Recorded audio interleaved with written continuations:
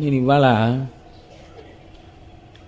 యాదృచ్ఛికంగా ఉదయం వేళ ఎందుకో పుస్తకాల బీరువా దగ్గర నించుని చంద్రశేఖర పరమాచార్య స్వామి వారి యొక్క పాదాలు కనపడుతున్నటువంటి ఒక పుస్తకం ఒకటి నా దగ్గర ఉంటే ఆ పుస్తకాన్ని తీసి యథాలాపంగా ఇలా అన్నారు. అంటే ప్రదోషవేళయందు శివనామమును చెప్పినటువంటి వాడు పొందేటటువంటి ఫలితమేమో వాక్కుల చేత చెప్పటము సాధ్యము కాదు. ప్రదోషవేళయందు చెప్పబడినటువంటి శివనామము యొక్క ఫలితమును చెప్పే ప్రయత్నమును కూడా చేయరాదు. ఎందుచేత అంటే అంత గొప్ప ఫలితం వస్తుంది కనుక. స్వయంగా చంద్రశేఖర పరమాచార్య స్వామి వారు చెప్పినటువంటి మాటలున్న పేజీ నాకు అలవోకగా కనబడితే నేను ఎంతో సంతోషించాను. ఫోన్లే నిన్ననే అనుకోకుండా నేను ఈ మాట అన్నాను. ప్రదోషవేళలో శివనామం చెప్పుకున్నటువంటి ఫలితం మనకి అనుభవంలోకి వచ్చిన తర్వాత తెలుస్తుంది దాని గొప్పతనం ఏమిటోనని ఇవాళ మనకి యాదృచ్ఛికంగా ఇది గురువుల నోటి వెంట వచ్చిన మాటగా పుస్తకంలో కనపడింది. ఇది చాలా ఆనందదాయకమైన విషయము అని అనుకున్నాను.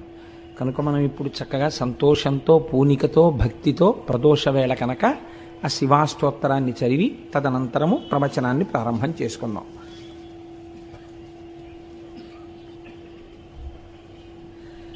ధవళవపుషమిందోర్మండలే సన్నివిష్టం భుజగవలయహారం భస్మదిగ్ధాంగమీశం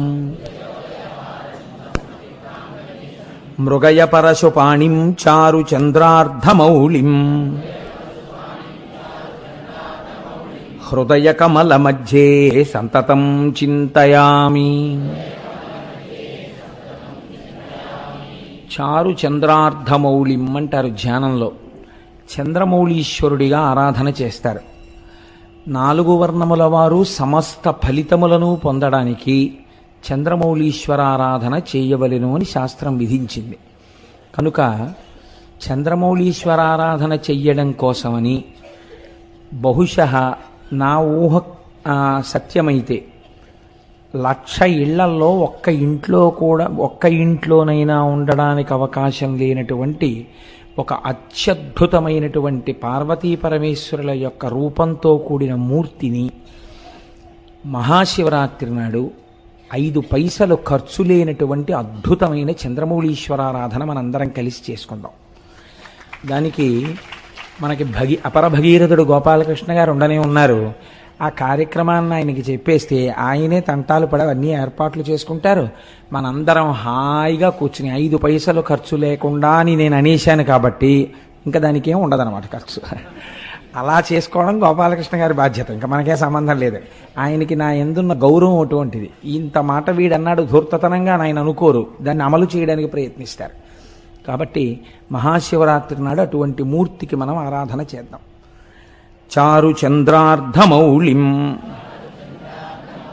హృదయ కమల మధ్యే సంతతం చింతయామి. శివో మహేశ్వర శంభుః పినాకీ శశిశేఖరః వామదేవో విరూపాక్షః కపర్దీ నీలలోహితః శంకరః శూలపాణిశ్చ ఖట్వాంగీ విష్ణువల్లభః శపి విష్ణోంబికానాథ శ్రీకంఠో భక్తవత్సలః భవః సర్వస్త్రిలోకేశ స్థితికంఠః శివాప్రియః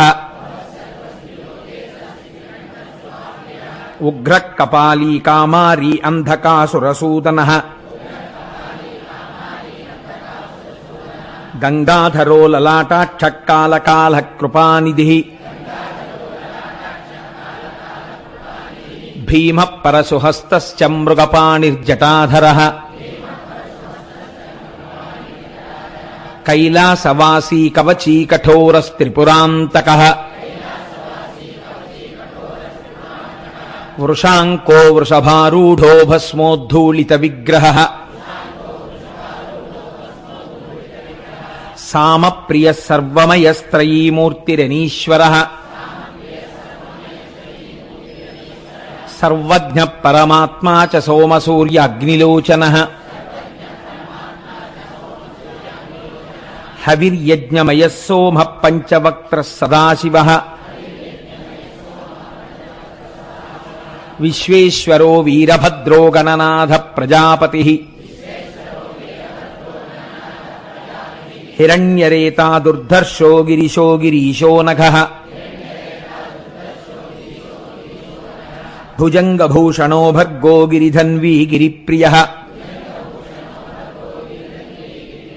కృత్తివాసాః పురారాతిర్భగవాన్ ప్రమదాధిపః మృత్యుంజయః సూక్ష్మతనుర్జగద్వ్యాపీ జగద్గురుః వ్యోమకేశో మహాసేన జనకశ్చారు విక్రమః రుద్రో భూతపతిస్థాణుర్రహిర్భూజ్ఞో దిగంబరః అష్టమూర్తిరనేకాత్మా సాత్వికः శుద్ధ విగ్రహः శాశ్వత ఖండపరశుః అజపాశ విమోచకః మృఢ పశుపతిర్దేవో మహాదేవో వ్యయో హరిః పూషదంతభిదవ్యగ్రో దక్షాధ్వర హరోహరః భగనేత్రభిదవ్యక్తః సహస్రాక్షః సహస్రపాత్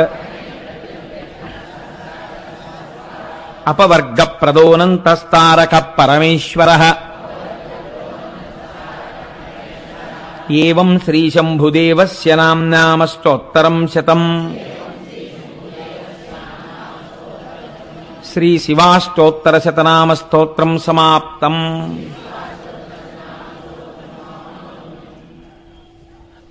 నిన్నటి రోజున భీమః అన్న నామంతో ఆ భీమేశ్వరలింగం ఎలా ఆవిర్భవించింది అన్నదాన్ని మీకు నేను విజ్ఞాపన చేశాను.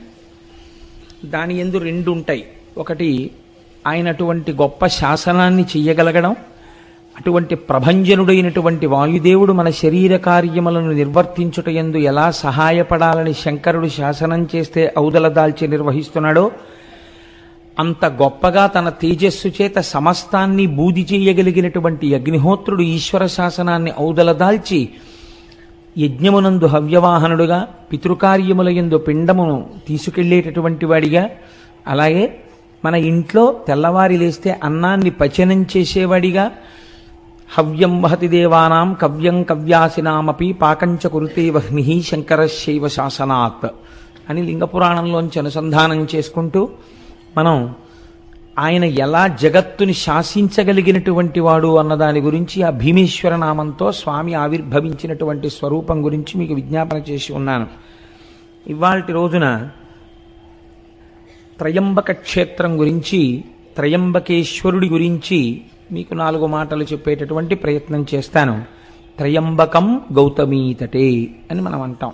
అందులో సహ్యాద్రి శీర్షే విమలే వసంతం గోదావరీ తీర పవిత్ర దేశే యద్దర్శనాత్వాతకమిషునాశం ప్రయాతితం త్రయంబకమిషమీడే అని పిలుస్తారు. ఈశ్వర, ఓ త్రయంబకుడా, నిన్ను దర్శనము చేసినటువంటి వారిని రక్షించదవు. నిన్ను స్మరించిన వారిని, నిన్ను నమ్మిన వారిని సర్వకాలముల యందు రక్షించేటటువంటి స్వరూపం ఉన్నవాడు. మీరు ఇక్కడ ఒక విషయాన్ని జ్ఞాపకం పెట్టుకోండి. మీరు ఇప్పటి వరకు విన్నటువంటి స్వయంభూలింగముల యొక్క విశేషము ఒకలా ఉంటుంది. త్రయంబకేశ్వరుడి దగ్గరికి వచ్చేటప్పటికీ ఇది ఒక్కటి ఒకలా ఉంటుంది. నా దృష్టిలో అయితే నేను దీన్ని వేరొక రకంగా భావన చేస్తాను. అది మీతో పంచుకునే ప్రయత్నం చేస్తాను. ఈశ్వర సౌలభ్యము ఎంత గొప్పదో ఒక మహాభక్తుడి యొక్క జీవితము కూడా అంతే గొప్పది. అది పవిత్రమైనటువంటి నది వంటిది భక్తుడి యొక్క జీవితం. ఈశ్వర కథ వినడం చేత ఈశ్వరుడు ఎక్కువ ప్రీతి చెందుతాడా? ఈశ్వరుణ్ణి నమ్ముకోవడం వల్ల నిరంతరము ఈశ్వరానుసంధానముగా జీవితం గడిపేటటువంటి ఒక పరమభక్తుడి యొక్క కథని వినడం వల్ల ఈశ్వరుడు ప్రీతి చెందుతాడా? అంటే ఈశ్వరుడు కేవలము భక్తుల యొక్క కథలు వినడము చేత మాత్రమే ద్విగుణీకృతమైనటువంటి ప్రేమని ఆవిష్కరిస్తాడు. పైగా మనం ఇవాళ వినేటటువంటిది కేవలం ఒక లింగము ఆవిర్భవించినటువంటి కథ కాదు. గౌతమ మహర్షి యొక్క జీవితాన్ని ఆయన యొక్క శీలాన్ని, ఆయన యొక్క గొప్పతనాన్ని మీరు ఒక్కసారి విహంగ వీక్షణంగా ఇందులో చూస్తారు. చూసినప్పుడు మీకు అసలు ఒక భక్తుని యొక్క జీవితము, ఒక మహాభక్తుని యొక్క చారిత్రము ఎలా ఉంటాయి అనేది మీకు బాగా అవగతమవుతుంది. మీరు చూడండి, ప్రపంచపటంలో ఉండేటటువంటి మిగిలిన దేశాలకి పేరు ప్రఖ్యాతులు ఏమైనా ఉండి ఉంటే దేనివల్ల వచ్చాయి? ఐశ్వర్యము చేత వచ్చి ఉండి ఉండవచ్చు, లేదా ఆ దేశాలలో ఉండేటటువంటి కొంతమంది విజ్ఞానులు కనిపెట్టిన కొన్ని విషయాల వల్ల వచ్చి ఉండవచ్చు. ఏదో ఈ రాకెట్ ప్రయోగించారు, లేకపోతే ఈ పెద్ద ల్యాబొరేటరీ ఉంది, లేకపోతే ఇక్కడ ఇలా బటన్ నొక్కితే ఇన్ని వేల కిలోమీటర్ల దూరంలో ఉండేటటువంటి ఒక దేశంలో ఉన్న లక్ష్యాన్ని ఛేదించగలిగినటువంటి క్షిపణి కనిపెట్టబడినదనేటటువంటి కీర్తి చేత ఆ దేశమునకు గౌరవం ఉండవచ్చు. కానీ భారతదేశం యొక్క పరిస్థితి పూర్తిగా భిన్నం. భారతదేశానికి గౌరవం దేనివల్ల అంటే భౌతికమైన సంపత్తి చేత భారతదేశము గౌరవింపబడలేదు. ఆ కోణంలో పరిశీలన చేస్తే అసలు భారతదేశం అంతటి ఐశ్వర్యవంతమైన దేశం మీకు ప్రపంచ పటంలో కనపడదు. ఒక్కొక్క మహారాజు గారిని చంపిన తరువాత ఒక్కొక్క కోటని కొన్ని నెలల పాటు దోచుకున్న ఐశ్వర్యం మిగిలిపోయింది. విజయనగర సామ్రాజ్య పతనం చదివితే కన్నుల నీరు కారుతుంది. 6 నెలలు దోచుకున్నారు విజయనగరం కోటని. అంత దోచుకున్నా ఇంకా ఎత్తుకెళ్ళడానికి ఐశ్వర్యం మిగిలింది. ఇక్కడి నుంచి ఎత్తుకుపోయింది కోహినూరు వజ్రం, ఇక్కడి నుంచి ఎత్తుకుపోయింది నెమలి సింహాసనం, ఇక్కడి నుంచి ఎత్తుకుపోయింది ఆయుర్వేదం, ఇక్కడి నుంచి ఎత్తుకుపోయింది అథర్వణ వేదంలో భాగాలు. అన్ని దేశాలకి ఇంకా పలకాబలపం పట్టుకోవడం రానటువంటి రోజులలో అద్భుతమైనటువంటి చారిత్రక సత్యములను కనిపెట్టినటువంటి దేశం ఈ దేశం. నాకు ఈ విషయం చెప్పినప్పుడు ఒక విషయం స్ఫురణలోకి వస్తోంది. నేను మొన్న అరుణాచలం వెళ్ళినప్పుడు విశాఖపట్నం నుంచి ఒక మెరైన్ ఇంజనీర్ సుబ్బారావు గారిని వారి భార్య గారు, నాకు పేరు సరిగ్గా జ్ఞాపకం ఉంటే ఆవిడ పేరు భవానీ, ఆవిడ కూడా మాతో పాటుగా వచ్చారు. వచ్చినప్పుడు నేను ఏదో ఒక తపస్సమాధిలో ఉండేటటువంటి వ్యక్తి సమాధిగతుడైపోయిన, ఆయన శరీరాన్ని సమాధి చేసిన అందులోంచి కొన్ని తరంగములు వస్తాయి అని పుస్తకాలలో ప్రతిపాదన చేశారు అన్నదానికి ఆవిడ సైన్స్ లెక్చరర్ అనుకుంటాను. ఈ మధ్య కాలంలోనే దీని మీద ఒక పుస్తకం వచ్చింది కోటేశ్వరారు, ఇది పరమ సత్యం అండి, అది ఎలా వస్తుంది అన్న దాని గురించి ఆవిడ నాకు ఆ విజ్ఞాన శాస్త్రానికి సంబంధించినటువంటి భాషలో మాట్లాడారు. నేను నిజంగా మన వాళ్ళు ఎంత గొప్పవాళ్ళంటే ఆ తల్లి ఎంత జీర్ణం చేసుకున్నారో ఆవిడ అన్నారు. బహుశः మన దేశంలో పెద్దలు ఒక మాట చెప్తే ఇది ఇలాగే ఎందుకు పాటించాలి అని ధిక్కరించి ఎడగడం లేదేమోనండి. పూర్వం పెద్దలు చెప్పారంటే నమ్మడమే అని అనుకుని ఉంటారు. అందుకే దాన్ని కథలుగా చెప్పారు, శాసనాలుగా చెప్పారు తప్ప వివరణలు ఇవ్వలేదు. ఈ సూత్రాల్ని ఇవాల్టి రోజున కొత్తగా కనిపెట్టబడినటువంటి విషయాలుగా విదేశాలలో చెప్పబడుతున్నాయి తప్ప ఇవి మన ఋషులు ఏనాడో దార్శనికులై చూసినవేనండి అన్నారు. నేను ఆ తల్లి యొక్క ఆ దర్శనానికి చాలా సంతోషించాను. మీరు చూడండి, మన దేశంలో కీర్తి దేని వలన వచ్చింది అంటే ఒక్క సత్యాన్ని పట్టుకొని అబద్ధం ఆడకుండా ఆడిన మాటకి నిలబడిపోయి జీవితంలో ఏవైనా పక్కన పెట్టి సత్యానికి కట్టుబడినటువంటి వాడు త్రిమూర్తులను కిందకి ఎలా దింపగలడో చూపించిన వాడు హరిశ్చంద్రుడు. భూతదయతో శిబిచక్రవర్తి దానం చేసి ఎనలేని కీర్తి ప్రతిష్టలను తీసుకొచ్చిన వాడు శిబిచక్రవర్తి. తనని తీసుకెళ్లి రాజు బంధించి కొరడాలతో కొడుతుంటే ప్రతిఘటించకుండా పరమేశ్వరుణ్ణి స్తోత్రం చేస్తే ఈశ్వరుడే వచ్చి విడిపించేటట్టుగా చేయగలిగిన ప్రజ్ఞ చూపించిన వాడు అన్నమాచార్యుల వారు. తన తలనే నరుకుతున్న శిష్యులు ప్రార్థన చేస్తే నరసింహావతారం వచ్చి శంకరాచార్యుల వారిని రక్షించినటువంటి కాపాలికుడి కథ కలిగినటువంటిది ఈ భరతభూమి. మీరు ఎన్ని రకాలుగా చూడండి, భగవంతుడి యొక్క ఉపాసనని, భగవంతుడి యొక్క శక్తిని 1కి 10 మార్లు నమ్మి ఆవిర్భవింపచేసి ఆవిష్కరింపచేసినటువంటి పుణ్యపురుషుల వల్ల ఈ దేశానికి ఇంత పేరు వచ్చింది తప్ప భౌతికమైనటువంటి సంపత్తి వల్ల పేరు రాలేదు. మనం ఎప్పుడూ ఇన్ని ఖనిజాలున్నా, ఇన్ని గనులున్నా, ఇంత తీర ప్రాంతం ఉన్నా, ఇన్ని సముద్రాలున్నా, ఇన్ని నదులున్నా పట్టించుకోకుండా నిరాడంబరంగా జీవితాన్ని గడపడానికి ఇష్టపడి భగవంతుణ్ణి చేరుకోవడం మనుష్య జన్మకి ప్రయోజనం తప్ప ఈ వనరులతో ఎంత భోగం అనుభవించవచ్చనేటటువంటి దృష్టికోణమే లేని దేశం బహుశः ప్రపంచ పటంలో ఉంటే ఒక్క భారతదేశమే. అంత గొప్ప దేశం ఈ దేశం. అందుకే ఇక్కడ భగవద్గీత పుట్టింది. ఇది కర్మభూమి. ఇక్కడ ఉపనిషత్తులు పుట్టాయి, ఇక్కడ వేదాలు పుట్టాయి.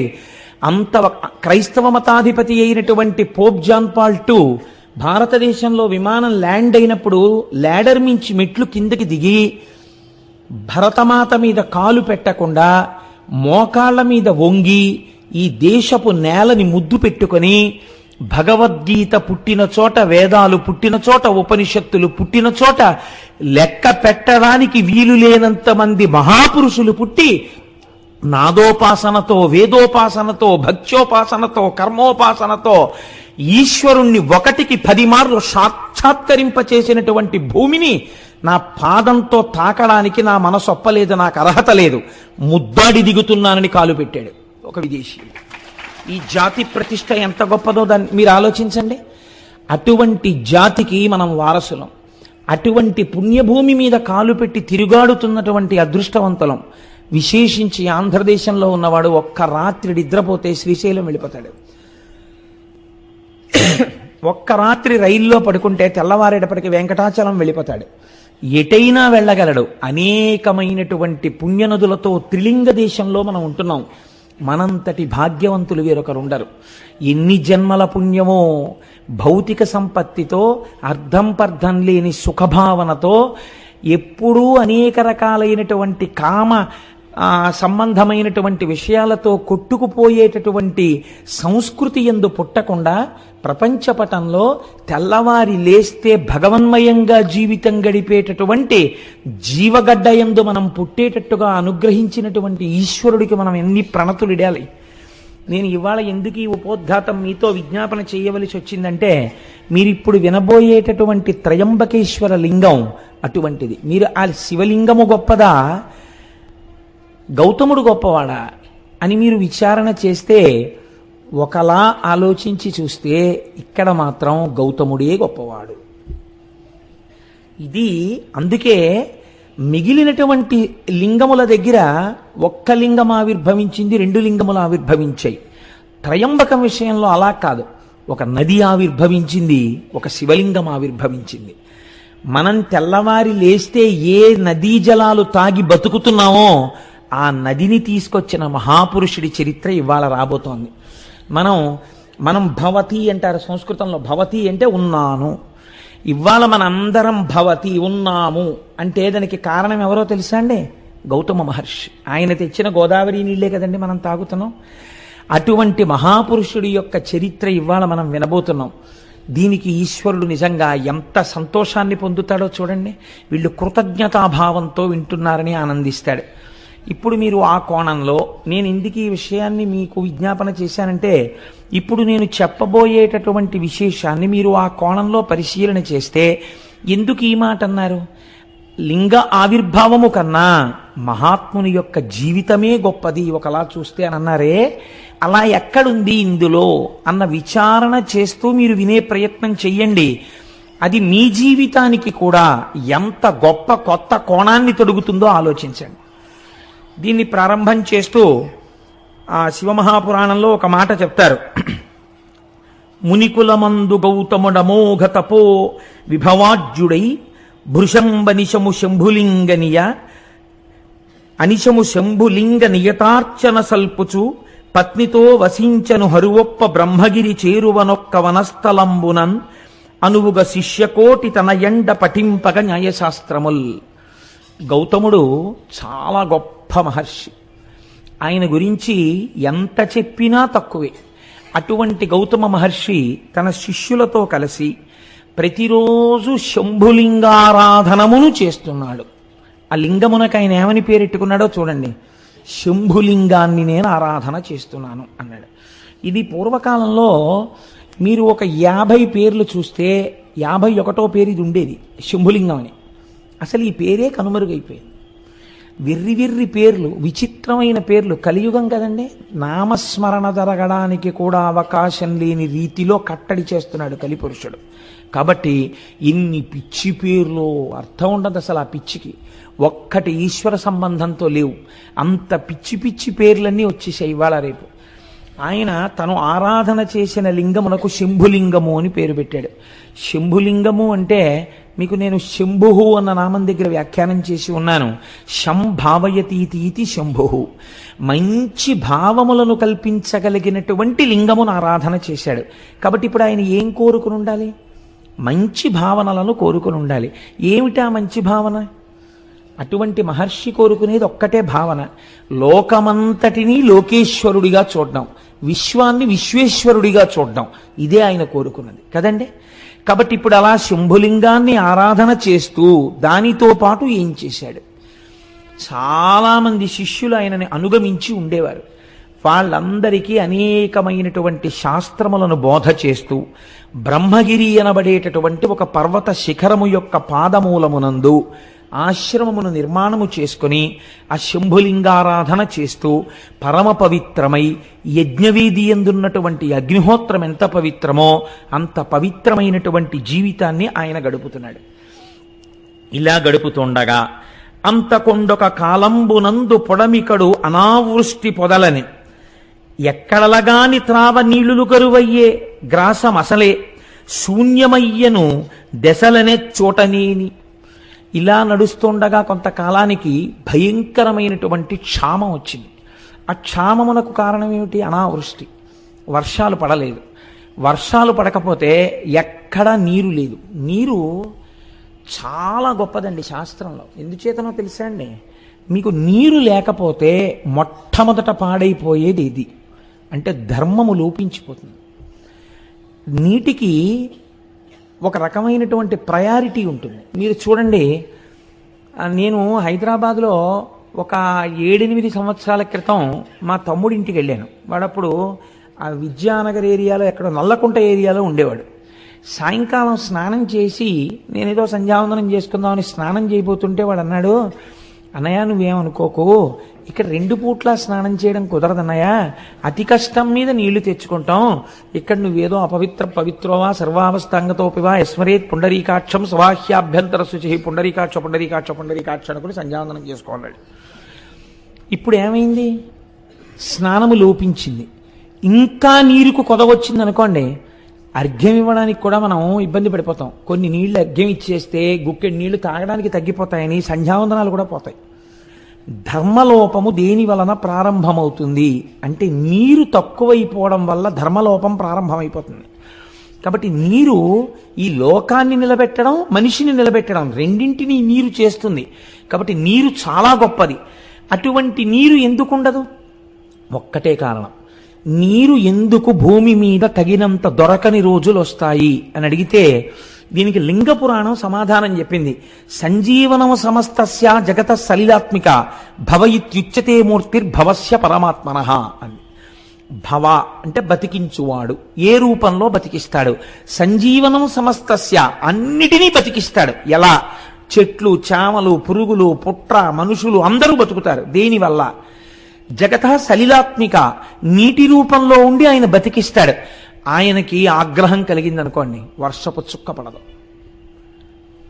నాకు తెలిసి నేను ఉద్యోగంలో చేరినటువంటి ఒక 5-6 సంవత్సరాల వరకు కూడా మినరల్ వాటర్ బాటిల్ కొనుక్కోవడం అనేటటువంటిది తెలియదు అసలు.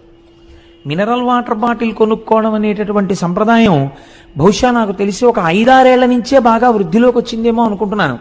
నీళ్లు పడకపోవడం, అతిసారం రావడం, ఎక్కడ పడితే అక్కడ నీళ్లు తాకండి అనడం, ఆ లోపల ఎటువంటి నీళ్లు పోసినా ఏదో నమ్మేసో సీసా కొనుక్కోవడం, 15 రూపాయలు ఇచ్చి సీసాలు నీళ్లు 15 రూపాయలంటే ఎప్పుడైనా మన వెనకతరం వాళ్ళని అడగండి, ఈ సీసా నీళ్లు 15 రూపాయలు పెట్టి కొన్నామని వాళ్ళు తెల్లబోతారు.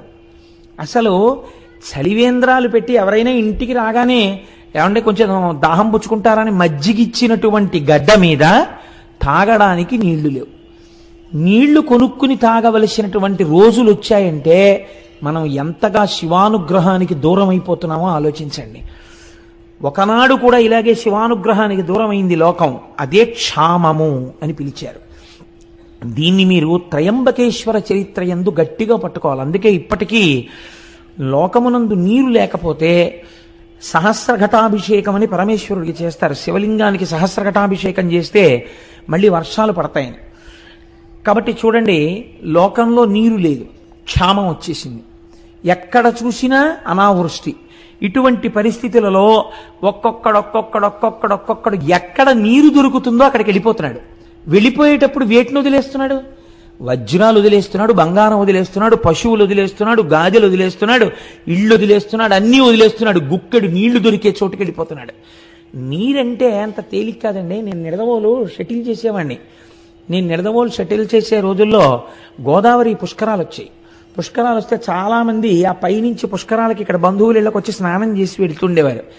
నేను ఒక రోజున ట్రైన్లో వెళ్ళిపోతుంటే నిడదవోలు ప్యాసింజర్లో నేను కూర్చున్న కంపార్ట్మెంట్లో చాలామంది లేచి కిటికీల దగ్గరికి, డోర్ దగ్గరికి వెళ్ళి అబ్బా ఎన్ని నీళ్ళో ఎన్ని నీళ్ళో ఎన్ని నీళ్ళో అని పొంగిపోతున్నారు. బ్రిడ్జ్ నుంచి ట్రైన్ వెళ్ళిపోతుంటే నాకు చాలా ఆశ్చర్యం అనిపించింది. అది ఎన్ని నీళ్ళో ఎన్ని నీళ్ళో ఏంటి, మనం గోదావరి వచ్చిందంటాం అంతే చాలా క్యాజువల్గా. వీళ్ళు ఎన్ని నీళ్ళో అంటున్నారు ఏంటని, ఎన్ని నీళ్ళో అంటున్నారు ఏంటమ్మా అని అడిగాను. అడిగితే ఇన్ని నీళ్లు మేము చూసి కొన్ని ఏళ్ళు అయిపోయిందండి, ఓ 20 ఏళ్ల క్రితం చూసాం, మేము ఎక్కడో రాయలసీమ నుంచి వచ్చాం గోదావరి పుష్కరాలకి, ఇంత నీటి ప్రవాహం చూసి మేము ఎన్నేళ్ళు అయిందో అన్నారు. వాళ్ళకి తెలుస్తుంది దాని అందం ఏమిటో, వాళ్ళకి తెలుస్తుంది అందులో తృప్తి ఏమిటో. మనం గౌతమ మహర్షి అనుగ్రహంతో కావలసినన్ని నీళ్లు పొందుతున్నాం కాబట్టి ఆ మహర్షిని కూడా తలుచుకోవడం మానేశాం. అక్కర్లేని విగ్రహాలు త్రిలింగ దేశంలో ఎన్నున్నాయో, ఇంతగా మనకి గౌతమీ నదిని తీసుకొచ్చి దాహార్తిని తీరుస్తున్నటువంటి గౌతమ మహర్షి యొక్క విగ్రహ ప్రతిష్ఠ జరిగినటువంటి ఆలయాలు ఈ ప్రాంతాల్లో ఎన్నున్నాయి నాకు చూపించండి. ఇది మన కృతజ్ఞత. ఎందుకు శివుడు అనుగ్రహించాలి మనని? కాబట్టి వాటర్ బాటిల్స్ కొనుక్కోవలసి వచ్చిందంటే కొనుక్కోవలసి వస్తుంది కదండి. కాబట్టి ఇప్పుడు ఏమైంది, కొంతకాలానికి భయంకరమైనటువంటి అనావృష్టి చేత లోకం బాధపడుతోంది. ఇటువంటి అపారమైనటువంటి బాధ చేత లోకంలో ఉన్న వాళ్ళందరూ వెళ్ళిపోతున్నారు. వెళ్ళిపోతుంటే ఆయన చూశాడు.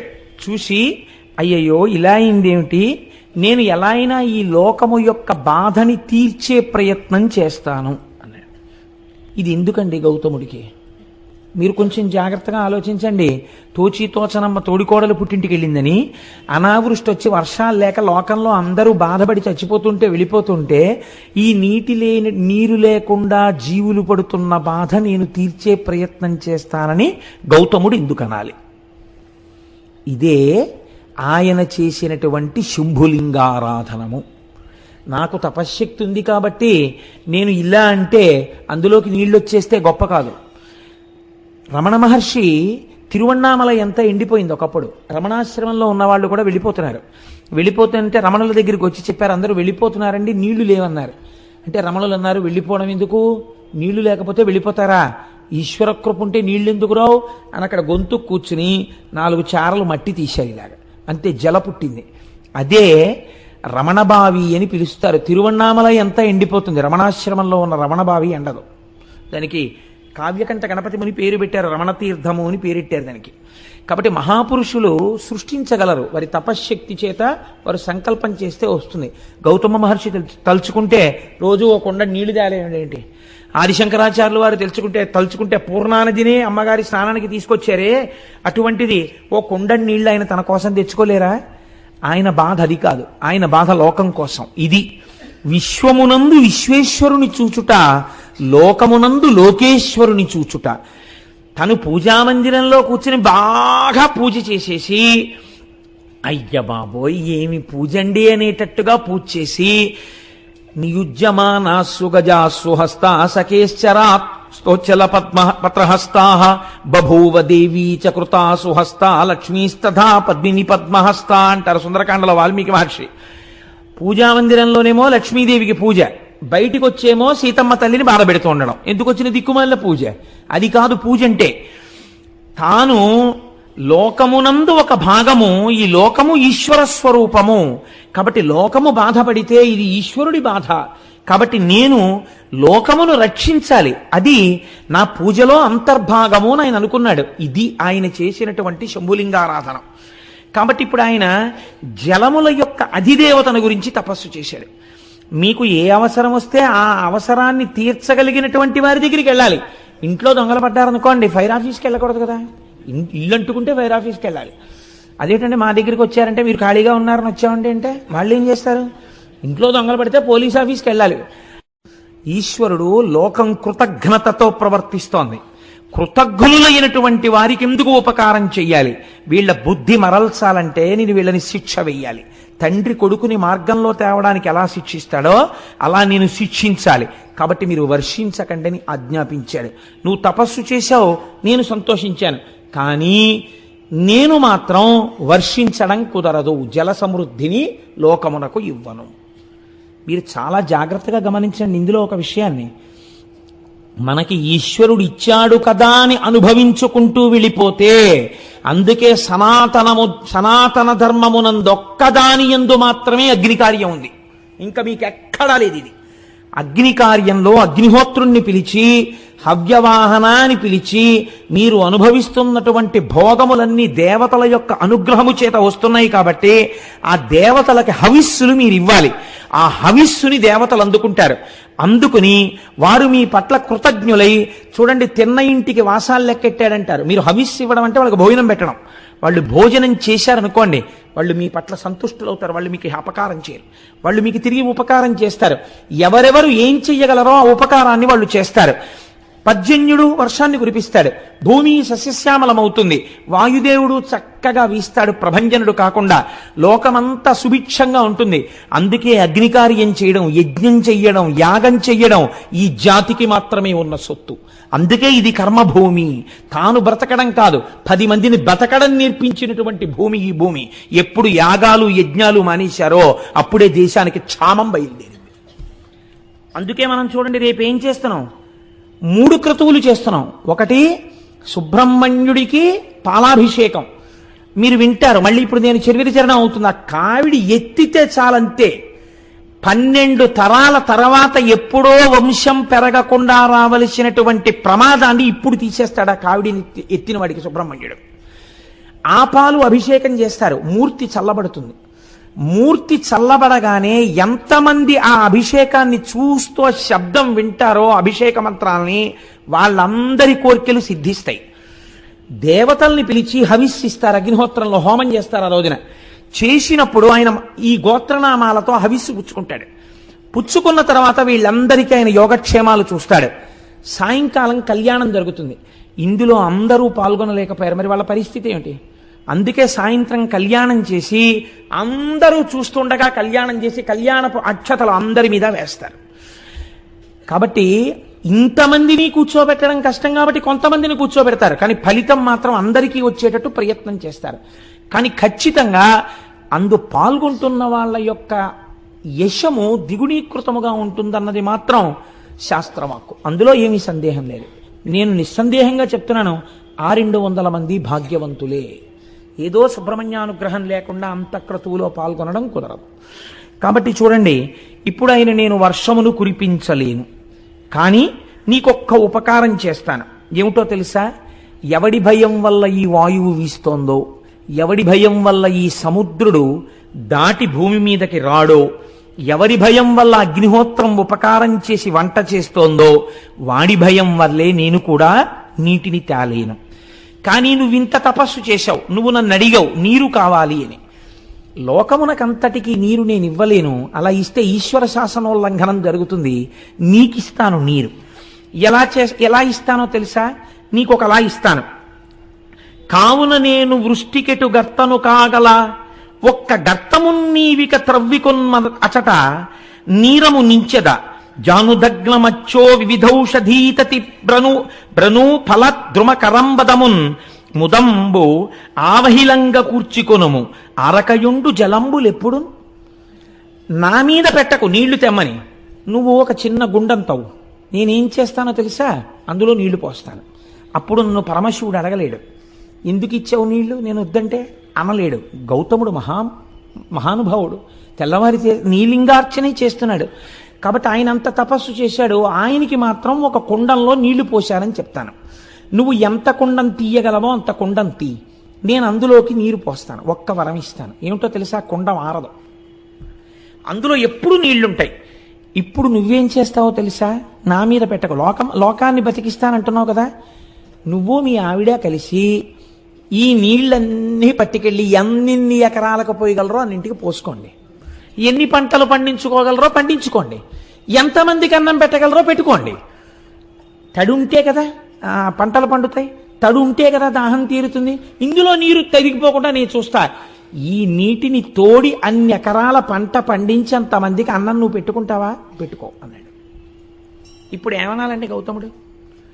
బావ ఎందుకు వచ్చింది రండి, నేను మా ఆవిడ కలిసి ఇంట్లో పని పాడు అన్ని మానేసుకుని తపస్సు మానేసి ఎకరాలకు ఎకరాలేమో ఈ నీళ్ళన్నీ పట్టుకెళ్ళి కుండలతో పోసి ఇవన్నీ సాగు చేసి చక్కగా అన్ని తయారు చేసి రోజు వంట చేసి పెట్ట, వీళ్ళు వచ్చి ఎందుకు వచ్చిన ప్రారంభం, పోన్లేవా నువ్వు వర్షం కురిపించు, ఎప్పుడు పడితే అప్పుడే పడుతుంది వెళ్ళిరా అన్నారు. ఆయన అన్నాడు, ఇంతకన్నా అదృష్టం ఎక్కడుంటుంది? నేను అనుకున్నాను లోకానికి జలవృష్టిని ఇప్పిద్దాం అనుకున్నాను, నువ్వేమన్నావు? కుండంలో నీరు పోస్తాను, పంట నువ్వు పండించి పెట్టన్నావు. ఎంత అదృష్టవంతున్నయ్యా! ఇంతమందికి అన్నం పెట్టే అదృష్టం దొరికితే ఇంతకన్నా నాకేం భాగ్యం కావాలి? తప్పకుండా అన్నాడు. ఇది వింటుంటే నాకు ఒక విషయం జ్ఞాపకానికి వస్తుంది. పూర్వకాలంలో పుట్టిన వాళ్ళే 12 మందో 14 మందో సంతానం ఉండేవారు.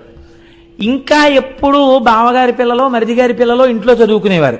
ఇది కాక ఓ 2 3 పేద విద్యార్థులకి వారాలు అన్నం పెడుతుండేవారు. ఇంటికొచ్చిన అతిథిని మీరు ఎప్పుడు ఎడతారో అని మళ్ళీ అడగడం తెలియదు.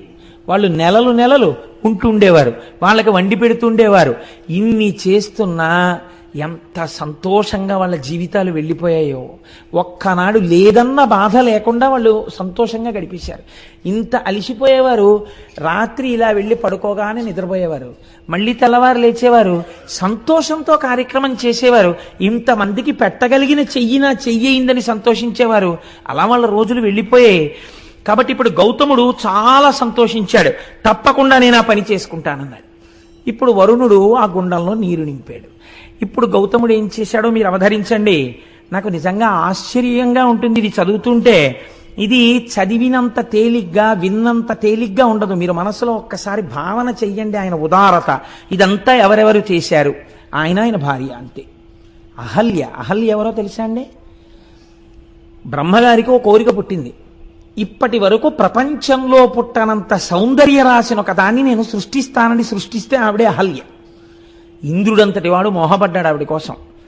అటువంటి అహల్య అంత సౌందర్య రాసి ఈ నీళ్లు కావిళ్ళలో ఎత్తుకుని 1 ఎకరమా 2 ఎకరాలా 100 ఎకరాలకి నీళ్లు పోసి సాగు చేయడం ఏమీ కర్మ. వాళ్ళు అనుకున్నారు ఇలా ముక్కు మూసుకుని తపస్సు చేయడం కాదు, లోకాన్ని బతికించడం జీవితం అన్నారు. ఇక్కడే మీకు ఒక తేడా వస్తుంది.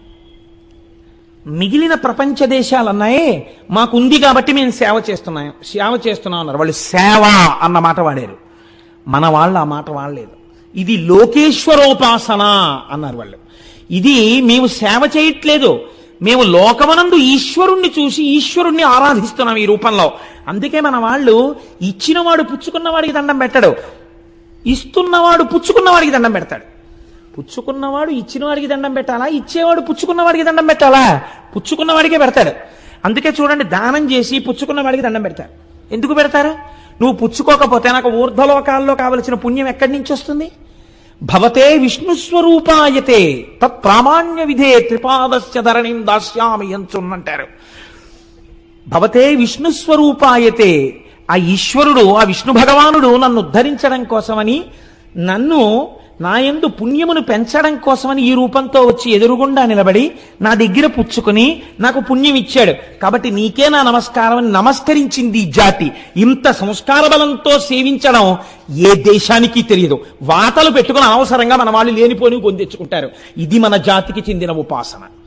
అలాంటి పిచ్చి పిచ్చి మాటలు ఈ జాతి సంస్కారంలోనే లేవు. మాకుంది, మేము ఎవడికో పెడుతున్నాం, మేము అలాంటి సేవలు చేశాం, ఇలాంటి సేవలు చేశాం, పేపర్లలో వేసుకోవడం, ఇది ఈ జాతి సంస్కారము కాదు. ఈ చేత్తో ఇచ్చింది ఈ చేతికి తెలియదు. అంత గుప్తమైన దానాలు చేశారు, అంత అందంగా చేసేశారు. కృష్ణదేవరాయల వారు ఎక్కడికి వెళ్ళినా ఎన్ని చేశాడో మహానుభావుడు.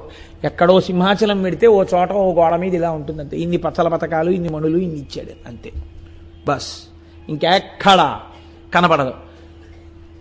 ఇంత మిట్టు గుళ్ళో కట్టిస్తే కీర్తిశేషులు ఫలానా వాడి ఫలానా ఆవిడ యొక్క కుమారుడైన ఫలానా వాడు అదేంటి మళ్ళీ బ్రాకెట్లో వీడు ఎప్పుడో 20 ఏళ్ల క్రితం చేశాడు దిక్కుమాలిన ఉద్యోగం ఒకటి, రిటైర్డ్ సో అండ్ సో, ఈ మెట్టును బహూకరించినారు అని వీడి పేరు కొన్ని వేల మంది తొక్కుతూ ఉండాలి. ఎంత కీర్తి కండుతో! అది ఈ జాతికి ఉన్నటువంటి దురద కాదు.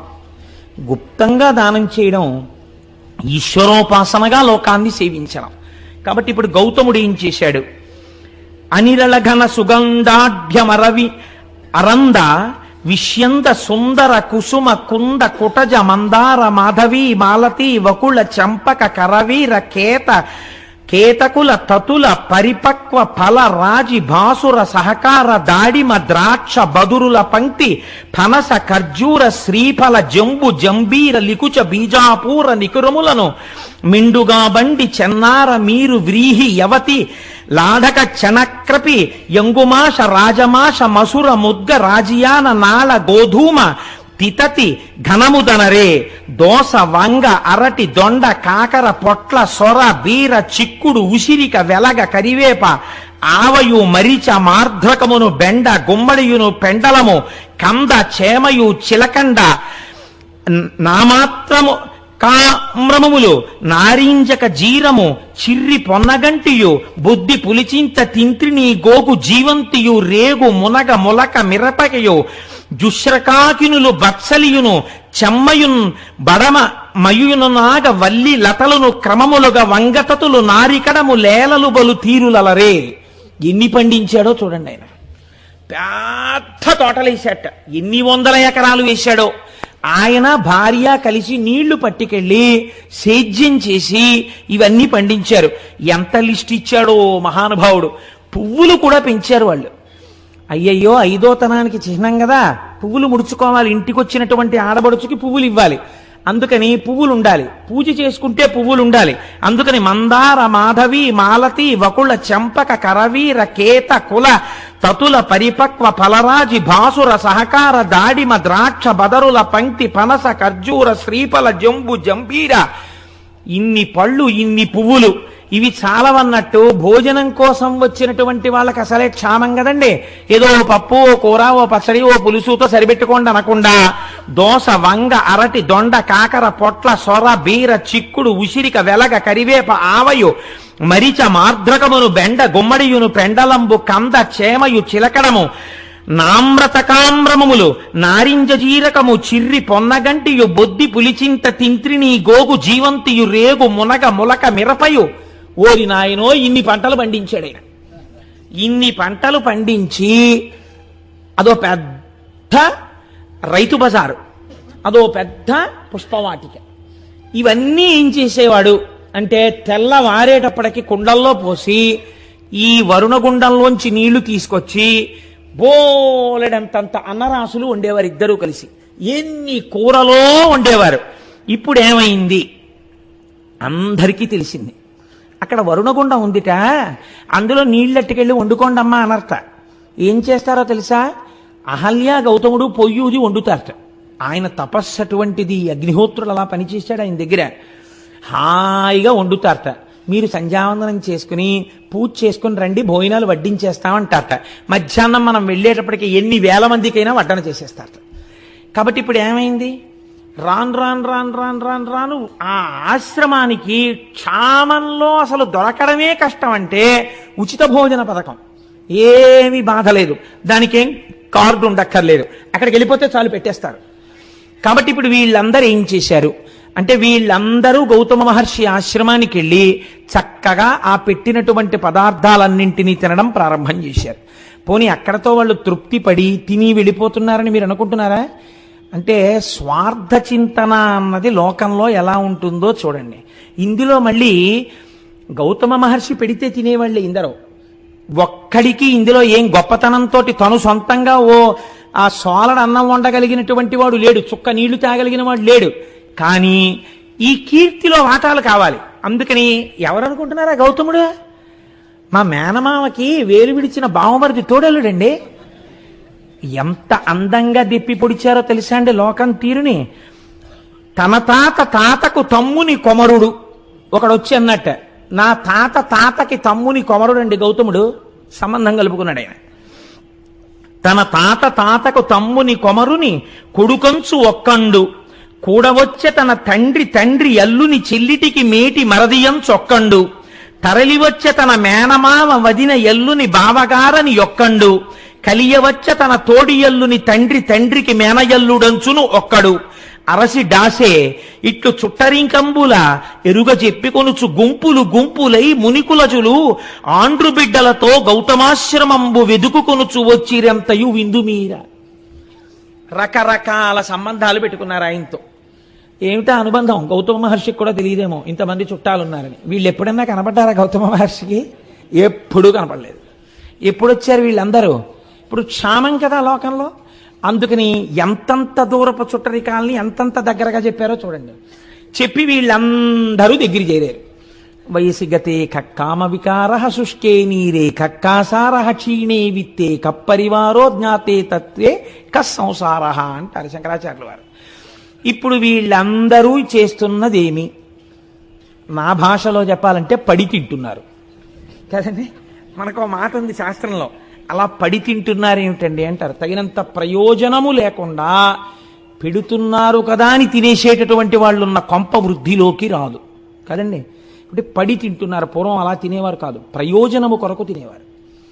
కాబట్టి అలా అనవసరంగా గుక్కెడు నీళ్లు వేరొక ఇంట తాగేవారు కాదు. ఆ ఇల్లు వృద్ధిలోకి రాదు.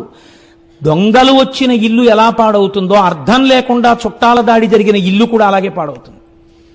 అందుకని అన్ని వేళలా అందరినీ అలా కూర్చోబెట్టుకోవడం కూడా దోషమే నన్ను అడిగితే. కాబట్టి ఏమైంది, ఇంతమంది వచ్చి చేరారు గౌతముడి దగ్గరికి. వచ్చి చేరి చక్కగా తింటున్నారు. హాయిగా ఏముందండి, చక్కగా పువ్వులన్నీ తీసుకొచ్చి ఇస్తున్నారు ప్రతి ఇంటికి. చక్కగా పూలతో పూజ చేశారో ఏడ్చారో భగవంతుడికి తెలియాలి. పూజ చేస్తే అటువంటి దుర్మార్గపు ఆలోచనలు ఎందుకు వస్తాయి వాళ్ళకి? కాబట్టి హాయిగా వేళ పట్టును తింటున్నారు, పడుకుంటున్నారు. అబ్బే మనవాడే అంటున్నాడు, ఎవరికి వాడేను. సుఖంగా గడిచిపోతున్నాయి రోజులు. ఇక్కడ ఒక మాట అన్నారు, ఎంత గొప్ప మాటో చూడండి. సింగంబు గుహకు చనినే ఇంగును ముచ్చముల రాసి జంబుక భూమింకడు వేడుకమై డాయంగా బునుకొలను బొక్కలు అలవడు పెక్కులు. మీరు సింహం ఉండేటటువంటి గుహలోకి వెళ్ళారనుకోండి, ముత్యాలు దొరుకుతాయి. ఎందుకంటే అది ఏనుగుని ఈడ్చుకొచ్చి కుంభస్థలాన్ని బదలగొట్టి తింటుంది కాబట్టి. ముత్యములు దొరికేటటువంటి వాటిల్లో ఏనుగు కుంభస్థలం ఒకటి కాబట్టి ముత్యాలు దొరుకుతాయి. నక్క ఉన్న గుహలోకి వెళ్ళారనుకోండి, అక్కడికి వెళ్ళినప్పుడు దొరికేవి ఎముకలు బొక్కలు, అంటే ఎముకలు మొబికలు దొరుకుతాయి అక్కడ. అదేం తింటుంది? ఏదైనా క్రూరమైన జంతువు వేటాడి వదిలేసిన శేషాన్ని ఈడ్చుకొచ్చి తింటుంది. ఎక్కడికి వెడితే ఏం దొరుకుతాయో అక్కడికి వెళ్ళినప్పుడు అవి దొరకడం ఆ యొక్క ప్రాంత లక్షణం. గౌతముడి దగ్గరికి వెళ్ళినటువంటి వాడికి అటువంటివే దొరికాయి. అయితే మీరు ఒక్కటి ఆలోచించండి. ఇప్పుడు గౌతముడి దగ్గర చేరిన వాళ్ళల్లో రెండు వర్గాలు ఉన్నాయి. ఒకళ్ళు ఈ బంధుత్వం కలుపుకొని వచ్చిన వాళ్ళందరూ అన్నం కోసం వచ్చారు. వాళ్ళకి గౌతముడి తపస్సు కానీ, గౌతముడి మీద భక్తి కానీ, గౌతముడి దగ్గర ఏదో తెలుసుకోవాలన్న కుతూహలం కానీ లేవు. శిష్యులు ఉన్నారు కొంతమంది మొట్టమొదటి నుంచి. వాళ్ళు దేనికున్నారు? వాళ్ళు గౌతముడి దగ్గర శాస్త్రం నేర్చుకోవడానికి, భగవంతుడి గురించి తెలుసుకోవడానికి ఉన్నారు. ఇప్పుడు పొడమి విజితేంద్రియుడు, దయాళుడును, మదములేనివాడు, ఉపకారి, ఈ నలుగురు స్తంభముల ఎట్ల దాల్తురు సతత మోపి ఈ జగంబు సంధియమింతలేదు అన్నారు. ఈ జగత్తనబడేటటువంటి భవనము 4 స్తంభాల మీద నిలబడి ఉంది. ఈ నలుగురు ఎవరో తెలుసా? పుడమి విజితేంద్రియుండు. ఇంద్రియములను గెలిచినటువంటి మహాపురుషుడు ఎక్కడో ఒక్కడుంటాడు, ఒక చంద్రశేఖర పరమాచార్య స్వామి వంటి వారు. అటువంటి మహాపురుషుడి యొక్క పేరు స్మరింపబడినంత కాలం కూడా స్తంభంగా ఈ భూమిని కాపాడుతుంది. 2, దయాళుడును, అపారమైనటువంటి భూతదయ కలిగినటువంటి వాడు, అన్ని ప్రాణుల యందు ఈశ్వరుణ్ణి చూడగలిగినటువంటి వాడు. ఆయన ఒక స్తంభం ఈ భూమిని నిలబెట్టడానికి. మదము లేనివాడు, అహంకారం లేనివాడు, ఉపకారి, వేరొకటికి ఉపకారం చేసేవాడు.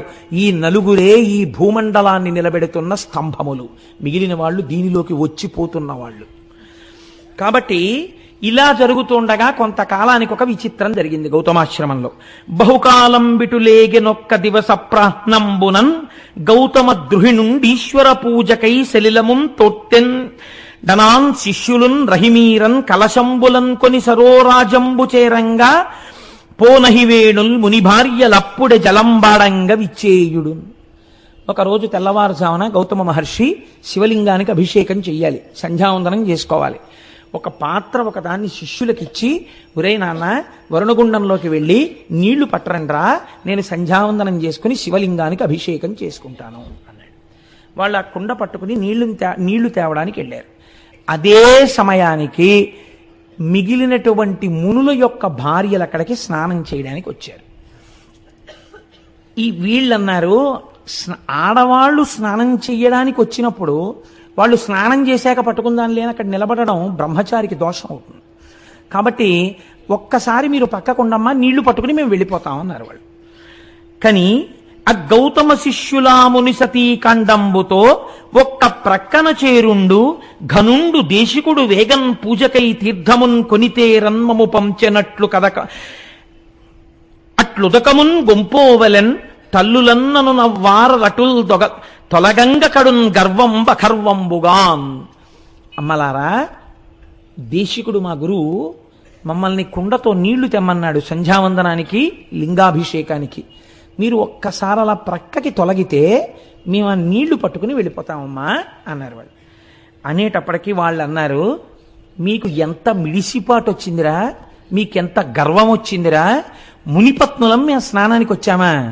మా స్నానం కన్నా గౌతముడికి సంధ్యావందనమును అభిషేకం ఎక్కువయ్యాయా? ముందు గౌతముడికి నీళ్ళు వెళ్ళాలా ఇక్కడి నుంచి? అంత గర్వం వచ్చిందా గౌతముడికి అంటే? చూశారా, ఇంటి యజమాని అన్నం తిన్న తరువాత విదిల్చినటువంటి చేతి ఎంగిలి మితుకులు తిన్న కాకి బలిసి యజమాని తల మీద తంతే ఎలా ఉంటుందో వీళ్ళ బ్రతుకులు అలా ఉన్నాయి. కాబట్టి ఇప్పుడు ఈ మాట అన్నారు అని వాళ్ళు చరచరా అక్కడి నుంచి బయలుదేరి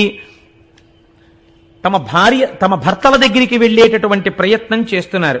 చనుండు మీరలిక సత్వరమేమిటి దీర్ఘమాడి నీళ్లను కొనిపోవగావలే జలం వనరింపకొడల్పలుయిరు మీ ఘనత నిరుంగకిట్లు పలుకం దొరకంటి రణంగ వారలం తనిచని ఆశ్రమమునకుంత గురురజ్ఞికి చెప్పెనాపయున్. ఇంతంత అహంకారం ఏమిట్రా మీకు? మేమిక్కడ స్నానం చెయ్యాలి, అభిషేకమా సంధ్యావందనమా? అంత గొప్పవాడైపోయాడు గౌతముడు, పొండవతలకన్నాడు. వాళ్ళు చిన్నబుచ్చుకుని నీళ్ల కుండని నీటితో తేకుండా ఖాళీ కుండతో తిరిగి వచ్చారు. గురువుగారి దగ్గరికి వెళ్ళి ఈ మాట చెప్తే, గురువుగారు చూశారా వీళ్ళని చేరదీసినందుకు ఎలా ప్రవర్తిస్తున్నారో అని గురువు పొద్దున్నే నొచ్చుకున్నా దానికి మేము కారణం అవుతాం. గురువుగారి దగ్గరికి వెళ్ళి అబద్ధం చెప్పినా దోషం వస్తుంది. అలాగని గురువుగారికి ఏమీ చెప్పకుండా కూర్చుంటే సంధ్యావందనానికి వేళ మీరిపోతుంది. కాబట్టి ఇప్పుడు ఎలా మనం ధర్మ సంకటంలో పడ్డాం అనుకున్నారా బ్రహ్మచారులు అని వాళ్ళు ఏం చెయ్యాలో అర్థం కాక, బిడ్డడు నాన్నగారి దగ్గర ఏదైనా చెప్పడానికి ఇబ్బంది పడినప్పుడు అమ్మ దగ్గరికి స్వతంత్రంగా వెళ్ళినట్టు గురుపత్ని అయిన అహల్య దగ్గరికి వెళ్ళారు. అమ్మ, గురువుగారు నీళ్లు తెమ్మన్నారమ్మా, మేము అక్కడికి వెడితే వాళ్ళు స్నానాలు చేస్తామంటున్నారు, మేము అక్కడ ఎలా నిలబడతామమ్మా? వాళ్ళు మునిపత్నులు, వాళ్ళు స్నానం చేస్తుంటే అయ్యే వరకు మేము అక్కడ నిలబడితే అది చాలా అసహ్యంగా ఉంటుంది, మేము బ్రహ్మచారులు అలా నిలబడకూడదు. వాళ్ళు ఒక్క కుండరు నీళ్లు పట్టుకుని మేము వెళ్ళిపోతామంటే అనరాని మాటలని మమ్మల్ని పంపించేశారమ్మా. ఇప్పుడు గురువుగారి దగ్గరికి ఖాళీ కుండతో ఎలా వెళ్ళడము అని బెంగ పెట్టుకున్నామమ్మా అని చెప్పారు వాళ్ళు. వాళ్ళు ఎంత ధార్మికమైన నడువడితో ఉన్న బ్రహ్మచారులో చూడండి. అందుకే నేనన్నా అక్కడ రెండు వర్గముల మనుషులున్నారు అని. ఇప్పుడు ఆవిడేం చేసింది? అహల్య. ఇప్పుడు ఇంతమందికి ఇంత నోరుంటే ఆవిడకు ఉండక్కర్లేదు ఏంటండి?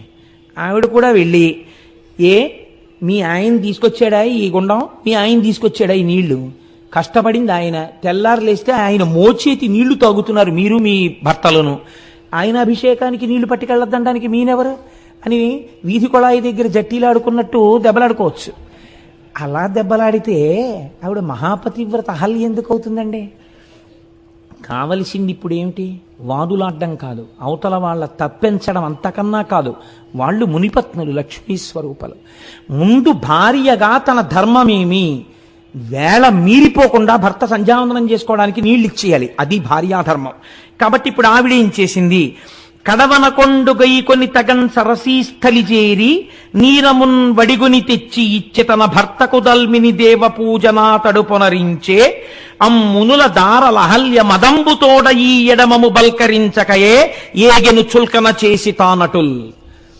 అహల్య వేళ మీరిపోయిందనుకోండి, ప్రాయశ్చిత్తార్ఘ్యపూర్వక సంధ్యావందనం గరిష్యే నీళ్లు ముట్టుకుని 4 మాటలు అర్ఘ్యం ఇవ్వాల్సి ఉంటుంది గౌతముడు. ఆ పని ఆయనతో చేయించడమే ఎంత తప్పు. అందుకని ఆవిడ ఎవ్వరితో మాట్లాడకుండా ముందు భర్తకి నీళ్ళు ఇచ్చేయాలి. గబగబా వెళ్ళి వాళ్ళెవ్వరినీ పలకరించకుండా, ఇప్పుడు పలకరిస్తే వాదు జరుగుతుంది, వాదు జరిగితే భర్తకు ధర్మలోపం వస్తుంది. నేను ముందు గబగబా కడవతో నీళ్లు ముంచుకుని ఆవిడ వెళ్ళిపోయింది. ఆవిడ ఏమీ అనలేదు ఎవ్వరిని, ప్రసన్నమూర్తి అయి వెళ్ళిపోయింది. వెంటనే వాళ్ళన్నారు, చూశావా చుల్కన చేసి మమ్ములన్ అంటే మాతో మాట్లాడదనమాట. ఇది ఎంత దారుణంగా ఉంటుందో చూడండి లోకం ప్రవృత్తి. అడగచ్చు కదా, ఆ పిల్లలకి నీళ్ళు ఇవ్వలేదు కదా అని మమ్మల్ని అడగచ్చు కదా అంటే మేము మాట్లాడడానికి కూడా తాగం. వాళ్ళేమో ముండండి మా గురువు గారికి పట్టుకెళ్తా ఉన్నారు. ఏమిటమ్మా ఏదో నీళ్ల కోసం ఇక్కడికి వచ్చాం కాబట్టి వీళ్ళు ఇలా మాట్లాడుతున్నారు అంతే లోకం అని దెప్పి పొడవడానికి ఇద్దరినీ తీసుకున్నారు అనుకూలంగా. ఈవిడ చూడండి, ఆయనేమో అందులో కూర్చుని ముందు నాకు నీళ్లు పట్టరారా అని ఆయన పంపించాడు. ఈవిడేమో వాళ్ళని వద్దన్నాం కాబట్టి ఈవిడ కొండట్టుకు వచ్చేసి ఈవిడ ముంచేసుకుని ఈవిడ వెళ్ళిపోతుంది. పోనీ కనీసం ఏమ్మా బాగున్నారా, స్నానాలు చేస్తున్నారా నువ్వు పలకరించచ్చు కదా, వీళ్ళని నేను పలకరించేది ఏంటి అని ఈవిడ వెళ్ళిపోయింది. ఇంత చులకనమాట మనం అంటే. ఇప్పుడు ఇందులోంచి ఏం బయలుదేరింది? రాగాలు పెడబొబ్బలు బయలుదేరి. ఎందుకు అంటే వాళ్ళకేం అవమానం జరిగిందండి అక్కడ? ఏమైనా అవమానం చేశారా? అవమానం జరగలేదు, అక్కసు బయలుదేరింది. అవతల ఉన్న వాళ్ళ నడువడిని గౌరవించలేని వాడు ఆయన యొక్క ధార్మిక జీవనాన్ని మెచ్చుకోలేడు. సరికదా అక్కసు పెంచుకుంటాడు. కారణం ఏమిటి? నీ స్వభావం అటువంటిది, అందులోంచి వస్తోంది ఈ అక్కసు. నీ స్వభావాన్ని దిద్దుకోవాలి. కాబట్టి ఇప్పుడు వాళ్ళు ఏం చేశారు? గబగబా వెళ్ళి పోవునుగాక ఈ పొగరు పోడిమియూడగ చెయ్యకుందుమే దేవికి ఇంత ఎల్లిదమే దేబెలమా మగలంత ఇంతతో పో విడువారమే ఎనుచు పోయి స్వభర్తల సన్నిధానమందా విధమెల్ల మార్చి కడు అల్కజి నింపగ చిప్పిరేడ్చుచున్. వాళ్ళందరూ ఏం చేశారంటే ఎంత గొప్ప మాట వేశారో చూడండి ఈ రచన యందు. మా మొగుళ్ళు దేబిరి కొట్టు వాళ్ళ అన్నారు వాళ్ళు. అంటే దేబిరి కొట్టు వాళ్ళ అంటే వాళ్ళకేమీ లేక ఒకళ్ళు పెడుతుంటే అంగలారుస్తూ తినేవాళ్ళు అనుకుంటున్నారా? ఈ మాట వెళ్ళి మొగుడిని అడిగారు. అంటే వాళ్ళకి నిజంగా వాళ్ళు ఇప్పుడు ఆ స్థితిలోనే ఉన్నారు. కానీ అలా భార్య అడిగేటప్పటికీ కొంచెం కష్టం వచ్చింది. పైగా సామూహిక రోదన కార్యక్రమము అని ఒకటి సిద్ధం చేశారు. అందరూ కలిసి ఏడిచారు. ఏడుస్తూ వెళ్ళి చూడండి మా బతుకు ఎంత చులకనైపోయిందో. మీకు స్నానం ఏమిటి, ముందు దేశికుడికి తీసుకెళ్లాలని చెప్పి బ్రహ్మచారులు వచ్చారు. మేము స్నానం చేస్తుంటే ఓ పక్క నుంచి ఇంకింతకన్నా నగుబాటు ఉంటుందా? పైగా ఇదేమిటయ్యా స్నానం చేస్తున్నాం తర్వాత రండి అంటే మేమేమిటో తప్పు చేసినట్టు అహల్య ఇలా ఇలా ఊపుకుంటూ వచ్చి కొండతో నీళ్ళట్టుకుపోయింది. కనీసం ఏమమ్మా అని కూడా మమ్మల్ని పలకరించలేదు. అంటే మా బతుకింత చులకనైపోయింది. వాళ్ళకి ఎందుకు అనుకుంటున్నారు? దేబిరి మొగుళ్ళు మా మొగుళ్ళని వాళ్ళు అనుకుంటున్నారు. అంటే వీళ్ళకేమైంది? అదేమిటి అనలేదు. ఏడుస్తూ వీళ్ళు ఇలా మాట్లాడేప్పటికీ వీళ్ళకి అలకొచ్చింది. మహాకోపం వచ్చేసి వెంటనే వీళ్ళు గణపతి హోమం మొదలెట్టారు. ఎంత చిత్రమో చూడండి లోకంలో. పోనీ వీళ్ళకైనా బుద్ధి ఉండాలి కదా. చెప్పుడు మాటలు విని వెంటనే ఆ చర్య తీసుకునే వాళ్ళ జీవితాలు ఇలాగే ఉంటాయి. ఎంత మునులైతే ఎవరికి కావాలండి? కాబట్టి వాళ్ళు ఏం చేశారు?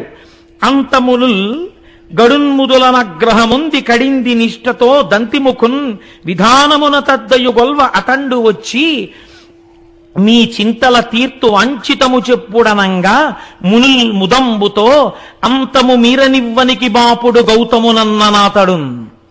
వాళ్ళు దంతి మఖము అనబడేటటువంటి మఖం ఒకటి చేశారు. అంటే విఘ్నేశ్వరుణ్ణి ఉద్దేశించి వీళ్ళు చేసినటువంటి మఖమునకు తృప్తి పొందినటువంటి గణపతి యజ్ఞగుండంలోంచి ఆవిర్భవించారు.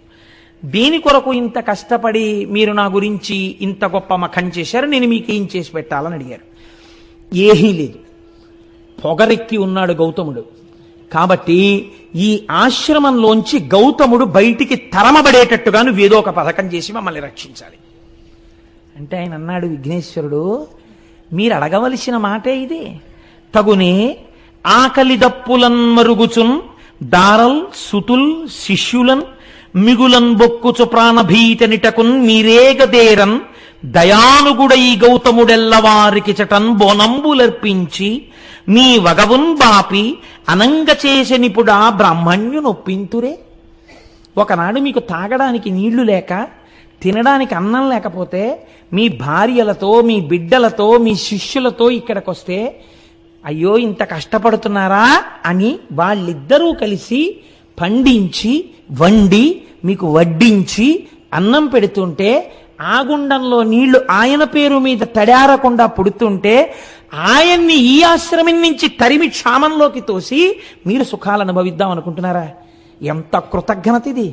దానికి నా కోసం మఖం చేశారా? నేను అటువంటి పని మీకు చేసి పెట్టాలా? ఎలా అడిగారయ్యా ఇలాంటి కోరిక? ఇలాంటి కోరిక మీరు కోరచ్చా? ఉపకృతి సల్పిన వారలకు అపకృతి చేయంగదల చుటతి ఇండితము అట్లపశయమనక అనర్చిన నృపశువు నశించునెంత నేర్పరియేని. అపకారికి అపకారమే చెయ్యకూడదు, ఉపకారికి అపకారం చేస్తారా? నశించిపోతారా లోకంలో మీరు? మీకు ఎందుకు పుట్టిందిరా ఈ కోరిక? ఇంతమంది కలిసి చేశారే, మీలో ఒక్కడికైనా ఈ ఆలోచన రాలేదా? తప్పు, మనం ఇలా చేయకూడదు, ఇది కృతజ్ఞత అన్న ఆలోచన మీకు రాలేదా? మంచివాడు చెడ్డ మనిషి కాబోవడెప్పుడు, చెడుగు మంచి నెంచబోడు. కుక్క గోవు కాదు, గోవు కుక్కయు కాదు, జగమునందు బ్రహ్మశాసనమిది అన్నాడు. ఊరే లోకంలో లక్షణం ఏమిటో తెలుసా? మంచివాడు చెడ్డ మనిషి కాబోవడెప్పుడు. మంచివాడు ఎప్పటికీ చెడ్డవాడు కాలేడు. ఎందుకని? అవతలవాడు తనని ఇబ్బంది పెడుతున్నా ఓర్మి వహించి ఉంటాడు తప్ప అవతలవాడిని బాధ పెట్టే పని తాను చెయ్యడు. చెడుగు మంచి నెంచబోడు. చెడ్డవాడున్నాడే వాడు యువతల ఆయన ఎంత మంచివాడైనా ఆయనలో ఒక్క మంచి గుణం చూసి చిచి ఆయన్ని బాధ పెట్టకూడదన్న ఆలోచన అవతలవాడికి రాదు. ఇది స్వభావం రా లోకంలో. చెడువాడి లక్షణం ఇది. అవతలవాడిలో ఎంత మంచి ఉన్నా చూడలేడు. మంచివాడు అవతలవాడు ఎంత చెడ్డవాడైనా వాడు పాడవ్వాలని కోరలేడు. కుక్క గోవు కాదు, గోవు కుక్క కాదు. కుక్క ఆవవలేదు, ఆవు కుక్కవలేదు. ఇంతే లోకంలో బ్రహ్మశాసనం రా ఇది. అంటే ఇంకో మాటలో ఏమన్నాడు? మీరు కుక్కలు, ఆయన గోవు. మీరేం చేయగలరా ఆయన్ని? మీరు ఏం చేసినా ఆయన అభ్యున్నతికే పనికొస్తుంది. సనాతన ధర్మపు నిష్టని ఎలా తీసుకొస్తున్నారో చూడండి. భగవంతుణ్ణి నమ్మినవాడు, ఓర్మితో ప్రవర్తించిన వాడు చెడిపోడు. మీకు ఇటువంటి కథలు ధైర్యాన్ని నేర్పుతాయి. ఎవడో ఏదో మీకు ఒక చిన్న అపకారం చేశాడని మీరు అస్తమానం అదే చూసి బెంగ పెట్టుకునేటటువంటి అవసరం ఉండదు. పెద్దలు పెద్దలలాగే మాట్లాడతారండి. నేను ఎప్పుడైనా పురాణం చెప్పేటప్పుడు నా మనస్సుని పాడు చేసే సంఘటన ఏదైనా ఒకటి జరిగిందనుకోండి, నేను వెంటనే మా దొరగారి దగ్గరికి వెళ్ళి చెప్తుంటాను, దొరగారు నా మనస్సుని కొంచెం పాడు చేసిందండి, ఇటువంటి సంఘటన ఒకటి జరిగింది అంటే మా దొరగారు అంటారు, కోటేశ్వరరావు గారు మీ మనస్సు ఇటువంటి సంఘటనలకు ఆశ్రయం ఇచ్చి పరమ పవిత్రమైన శివమహాపురాణం చెప్పుకోవడాన్ని పాడు చేసుకుని ఇది పట్టుకుంటుందా? అలా పట్టుకుంటే మీరు పాడైపోరా? మీరు ఏది పట్టుకున్నారో దాని యందు మనసు పెట్టండి, దీని యందు మనసు విడిచిపెట్టండి, అది మీరు చేయవలసిందంటుంటారు. ఆనాడు మహానుభావుడు విఘ్నేశ్వరుడు చెప్పిన మాటలు మా దొరగారు చెప్తుంటారు ఒక్కొక్కసారి తెలియకుండానే. చూసారా? పెద్దలు పెద్దలే లోకంలో. కనుక చూడండి, ఈ మాట చెప్పి కుక్క గోవు కాదు, గోవు కుక్కయు కాదు, జగమునందు బ్రహ్మశాసనం ఇది. ఇది బ్రహ్మశాసనం రా. కుక్క ఆవదు, ఆవు కుక్కవదు అంటారు. అంటే వాళ్ళన్నారు, నీ దగ్గర నీతులు వినడానికి మేము ఈ మఖం చేయలేదు, నువ్వు మాకు ఏమైనా ప్రవచనం చేస్తావని మేము నిన్ను తెచ్చుకోలేదు. మాకు ఉన్న ఒకే ఒక కోరిక, గౌతముడు ఈ ఆశ్రమము నుంచి తరమబడాలి. అటువంటి కారణాన్ని నువ్వు సృష్టించాలి. నువ్వు అటువంటిది సృష్టిస్తే మేము చేసినటువంటి మఖమునకు నీవు ఫలితం ఇచ్చినట్టు, కాని నాడు నీవు కృతజ్ఞుడవైపోయినట్టు. ఆయన అన్నాడు, మీరు చేసిన మఖమునకు నేను ప్రీతి చెందాను, నేను తప్పకుండా మీ కోరిక తీరుస్తాను. కానీ ఇప్పుడే చెప్తున్నాను, చేసిన కృతజ్ఞపు పని వలన మీరు పాడైపోతారు. తన ఉపాసన యందు భంగం లేకుండా నడిచి వెళ్ళిపోయిన గౌతముడు సర్వోత్కృష్టమైన కీర్తిని పొందుతాడు. ఇది మీ మనస్సులో పెట్టుకోండి, నాకు అభ్యంతరం లేదు, మీ కోరిక తీరుస్తానన్నాడు. మిక్కిలి బక్కయా ఒకడు మేకొని వ్రీహివనంబు మేయుచున్ తొక్కుచునుండ గౌతముడు తొల్గగ చేయగా బూరిపోచపై నొక్కటి వేసే దానముద ఉర్వి సమాంతమగకు ఉర్వి సమాంతము కూలీల్గే హా ఎక్కడి దోషమందతి మహేశ్వర యంచు మునీంద్రుడేడ్చుచున్. ఒక వృద్ధ గో ఒకటి ఆయన కష్టపడి వేసినటువంటి ఆ పళ్ళు ఆకుకూరలు ఉన్న చోటికొచ్చి తినేస్తోంది. గణపతి ఆ వృద్ధ ఆవు రూపంలో వచ్చారు. గౌతముణ్ణి ఆశ్రమం నుంచి తరిమి వేయబడేటట్టుగా చెయ్యాలి. ఇప్పుడు మునుల కోరిక తీర్చాలి. ఈశ్వరుడు కూడా ఏ రకంగా కోరినా లొంగుతాడు. అందుకే మనకి గురువుల్లో నిషిద్ధ గురువు అని ఒకడు ఉంటాడు. వామాచారం నేర్పేటటువంటి వాళ్ళు, తప్పు విధానంలో ఈశ్వరార్చన చేసేటటువంటి వాళ్ళు కూడా గురువులే. కానీ నిషిద్ధ గురువు, ఆ గురువును ఆశ్రయించవద్దని చెప్పింది శాస్త్రం. సూచక గురువు, వాచక గురువు, బోధక గురువు, పరమ గురువు, నిషిద్ధ గురువు అని 5 గురువులు. కాబట్టి ఇప్పుడు చూడండి, ఇప్పుడు ఈ బక్కావు మేస్తుంటే ఆవుని గట్టిగా కర్రతో కొట్టినా చేత్తో కొట్టినా గోమోదక దోషం వస్తుందని మహానుభావుడు ఆయన ఏం చేశాడంటే, గౌతముడు అయ్యో ఆవు కదా ఇదని ఒక ఎండిపోయినటువంటి సన్నటి గడ్డిపరక తీసి ఆవు మీద ఇలా పడేసి హా అన్నాడు. అంతే. ఈ గడ్డిపరక పడగానే భూమికి సమాంతరంగా పడిపోయి గుడ్లు తేలేసేసి చచ్చిపోయింది ఆవు. ఇప్పుడు గౌతముడు ఆశ్రమంలోకి వెళ్ళిపోవచ్చు. ఆయన గుండెలు బాదుకుని ఇచ్చాడు. నేనే విసిరాను గడ్డిపోచ, నేను విసిరిన గడ్డిపోచకే చచ్చిపోయింది ఆవు, నాకు గోహత్యా దోషం వచ్చింది అని ఏడుస్తున్నాడు ఆయన. ఇన్ని తెలుసున్న వాడికి ప్రాయశ్చిత్తం తెలియదండి. ఆయన ప్రాయశ్చిత్తం కోసం వెంపర్లాడట్లా, ఒక ఆవును చంపేశాను రా చూస్తూ అని ఏడ్చాడు. ఆవుల్నే పట్టుకెళ్ళి వజ్రశాలలో తెగతారుస్తున్నా చూస్తూ దేశం ఊరుకుంటే వానలు పడమంటే ఎక్కడ పడతాయండి? ఎక్కడో కొంతమంది మహానుభావులు కలిసి జంతు హింసా నివారణ సంఘం అని పెట్టి కత్తి వేటుకి నరకబడుతున్న ఆవుల్ని తెచ్చి గడ్డి వేసి రక్షిస్తున్నారు అక్కడ. కనుక చూడండి, ఇప్పుడు ఆ ఆవు చచ్చిపోతే ఈయన ఏడుస్తుంటే కనిమునులు తదంగనలు గౌతము చేరి విధంబెరింగి గోఘ్న నిబిడ పాపి ఎంతటి అకార్యమునర్చితి ఓరి నీ మొగంబునగన దోషము ముప్పుతిల బొమ్మటకేని వనంబు బాసి నీ అనుచర పుత్ర మిత్రదగి తాదుల తోట్కుని వేగదవులన్ అన్నారు. ఆయన భార్య వచ్చి ఏడుస్తోంది అహల్య, శిష్యులు వచ్చి ఏడుస్తున్నారు. వెంటనే ఈ మునులు విన్నారు, మునిపత్నులు విన్నారు. ఒరే మన కార్యం సిద్ధించిందిరా అనుకున్నారు. సంతోషంగా అందరూ వచ్చారు. ఏమైంది అని అడిగారు. నేను గడ్డిపరక విషయానమ్మా, ఆవు చచ్చిపోయింది అన్నాడు ఆయన. ఛీ దుర్మార్గుడా, ఆవును చంపిన నీ మొహం చూస్తే మహాపాతకాలు వస్తాయిరా. నీ మొహం చూడకూడదు మేము ఇప్పుడు, నువ్వు ఇక్కడే కూర్చుంటామే, ఇంకా నీ మొహం మాకు చూపిద్దామన్నా లే పోదలబో. నువ్వు నీ భార్యని, నీ బిడ్డల్ని, నీ శిష్యుల్ని తీసుకుని ఈ ఆశ్రమం వదిలి దూరంగా ఎక్కడికన్నా పో. ఆయన పెట్టిన కూడు తిని బలిసి ఎంతటి మాటలు అన్నారో చూడండి. అక్కడతో ఊరుకున్నారు అనుకుంటున్నారా? నీ విచట నుండమేమిందు నిలువరాదు. నువ్వుంటే లేవా, అయితే మేము వెళ్ళిపోతాం. నువ్వుంటే మేము ఉండకూడదు, నువ్వు గోహత్య చేసిన వాడివి. దేవ ఋషి పితృ కార్యములు తీర్పరాదు. నీలాంటి గోహత్య చేసిన వాడు ఉన్న చోట దేవతలు ఆహారం తీసుకోరు, హవిస్సులు. పితృదేవతలు పుచ్చుకోరు. అగ్ని కార్యం పనికిరాదు, మాకు పాపం వస్తుంది.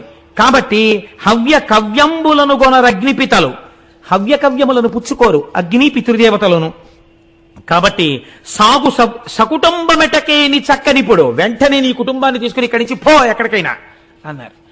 అనేటప్పటికీ పాపం ఆయన చూసి దైవ పితృ మఖముల ఏవే విధమున సల్ప కూడా తెరుగుమిది మొదల్ నీ వనరించిన దురితం బే వడవున సడబడద ఎక్కుడు భరమవు.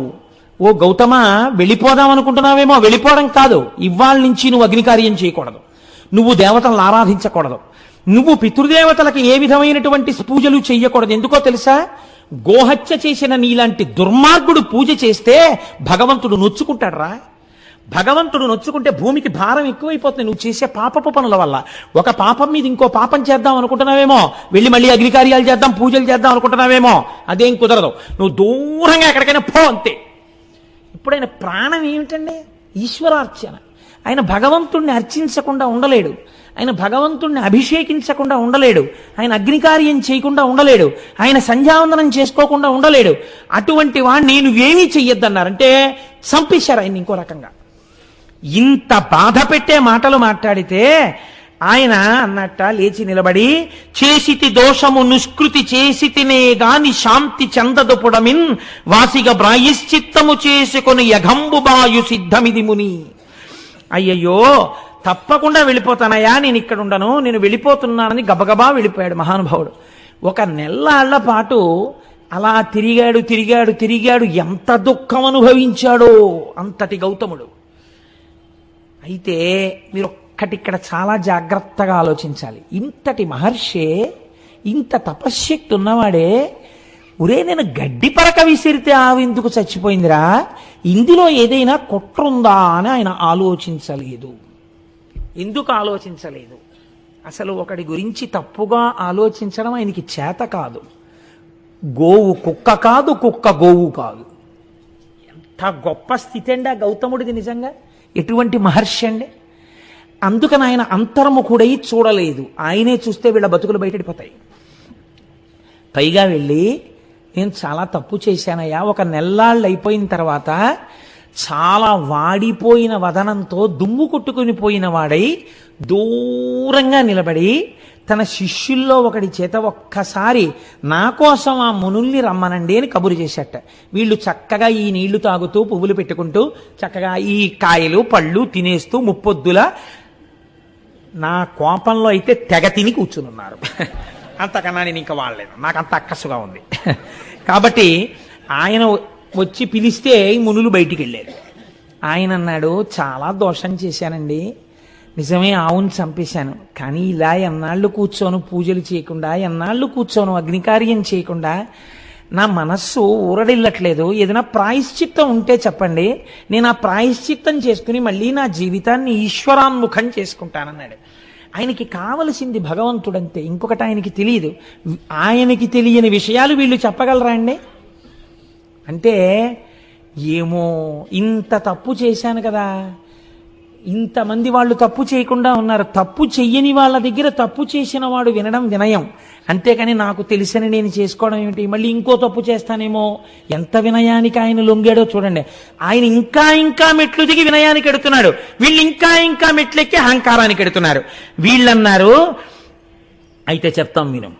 ఇమ్మహి గోహత్యా పాపమ్మును బొనరించినట్టి వాడను నేనంచు మేదిన్ అంతయును ముమ్మారు ప్రదక్షిణంబులనరింపు మొదల్. ఈ భూమండలాన్నంతటినీ 3 మార్లు ప్రదక్షిణం చెయ్యి. చేసేటప్పుడు ఏం చేస్తావో తెలుసా? అడుగు తీసి అడుగేసినప్పుడల్లా ఒక గోవుని చంపినటువంటి మహాపాతకుణ్ణి నేనే అని చెప్తూ 3 మార్లు ప్రదక్షిణం చెయ్యి భూమికి. అప్పుడు ఆ ఆవుని చంపిన పాపం పోతుందంటే ఎంత కక్షో చూడండి వాళ్ళకి అని చెప్పారు. అటు మీద 1 మాసము చాంద్రాయణ వ్రతం వనరింపుము. 3 మాటలు ఇలా ప్రదక్షిణం చేసి వచ్చాక ఏం చేస్తావో తెలుసా? చాంద్రాయణ వ్రతం చెయ్యి. చాంద్రాయణ వ్రతం అంటే ఏంటో తెలుసా అండి? ఇంకొక రకంగా చెప్పాలంటే నీకు ఒళ్ళు బలిసి ఆవును చంపేవని చెప్పడం. అంటే తినకూడనంత ఆహారం తినేస్తే కొవ్వెక్కిపోతే, మనస్సులో రజోగుణ తమోగుణ ప్రకోపం పెరిగిపోతే, సాత్వికమైన ఆహారం తినకపోతే దాని వల్ల వచ్చిన మదంతో ప్రవర్తించిన వాడు దోషం చేస్తాడు. దానికి చాంద్రాయణ వ్రతం చేయిస్తాడు. చాంద్రాయణ వ్రతం అంటే శుక్లపక్షంలో ఒక్కొక్క తిథి పెరుగుతుంటే ఒక్కొక్క కబలం పెంచుకుంటారు, కృష్ణపక్షంలో ఒక్కొక్క తిథి తగ్గిపోతుంటే ఒక్కొక్క కబలం తగ్గించేసుకుంటారు. అమావాస్య నాడు అసలు అన్నం తినరు. అలా అన్నాన్ని పెంచుకుంటూ తగ్గించుకుంటూ చేసుకోవడం వల్ల ఒంటికి పట్టిన కొవ్వు తగ్గిపోతుంది. అంటే వేరొక మాటలో చెప్పాలంటే నీ ఒళ్ళు కొవ్వెక్కి చంపావురా, బాగా తిని ఆయన పెట్టినవాడు తిన్నవాడు కాడు. ఎంత లేసి మాటలు అన్నారో చూడండి ఆయన్ని నిజంగా.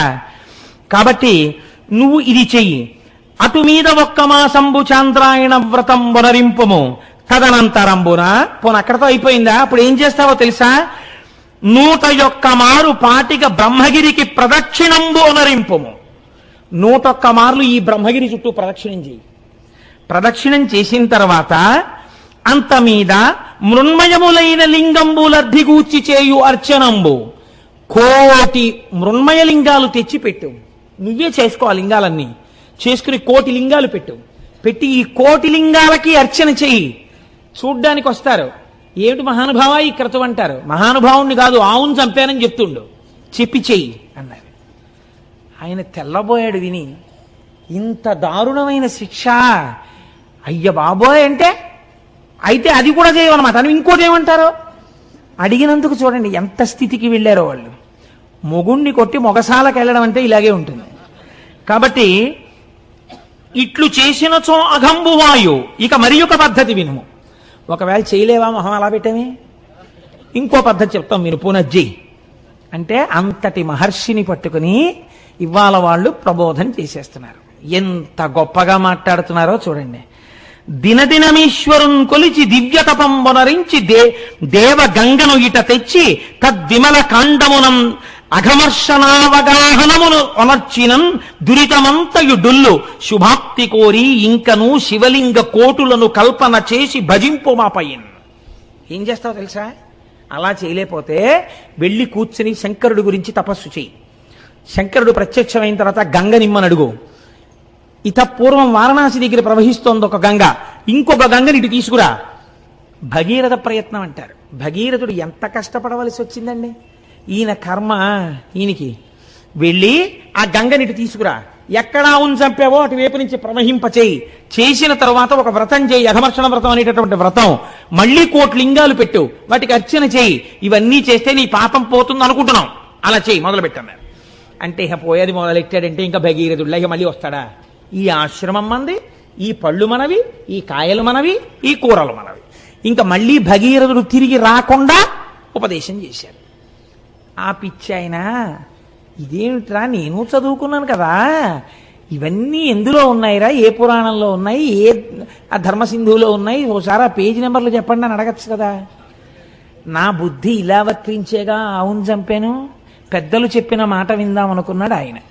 కాబట్టి ఆయన ఏం చేశాడంటే శరీరంతో తిరిగితే ఏమొచ్చింది? పాపాత్ముండి పాపాత్ముండి పాపాత్ముండి అంటే పాపం పోతుందా? ఈశ్వరుడు యొక్క అనుగ్రహంతో పాపం పోవాలి. అందుకని ఈశ్వరానుగ్రహానికి నోచుకుంటానన్నాడు అని ఆయన వెళ్ళి అద్భుతమైనటువంటి తపస్సు ప్రారంభం చేశాడు. ఒక పార్థివలింగాన్ని ఒక దాన్ని చేసుకుని ఆ లింగం దగ్గర కూర్చుని పంచాక్షరి మహామంత్రంతో తదేక నిష్ఠతో శివుణ్ణి ఆరాధన చేశాడు. అలా తపస్సు చెయ్యగా చెయ్యగా శంకరుడు ప్రత్యక్షమయ్యాడు. ప్రత్యక్షమై నాయన ఎందుకురా ఇంత తపస్సు చేశావన్నాడు. అనగానే కన్నుల నీరు కారుస్తూ గౌతముడు అన్నాడు, ఈశ్వరా మీకు తెలియందేముంటుంది, నేను ఎంత పాపం చేశానండి, ఒక ఆవుని చంపేశాను. నేను చేసిన గోహత్యా పాపాన్ని నా నుంచి తీసి నేను పాపాత్ముడను కానన్న స్థితిని నాకు కల్పించండి అన్నాడు.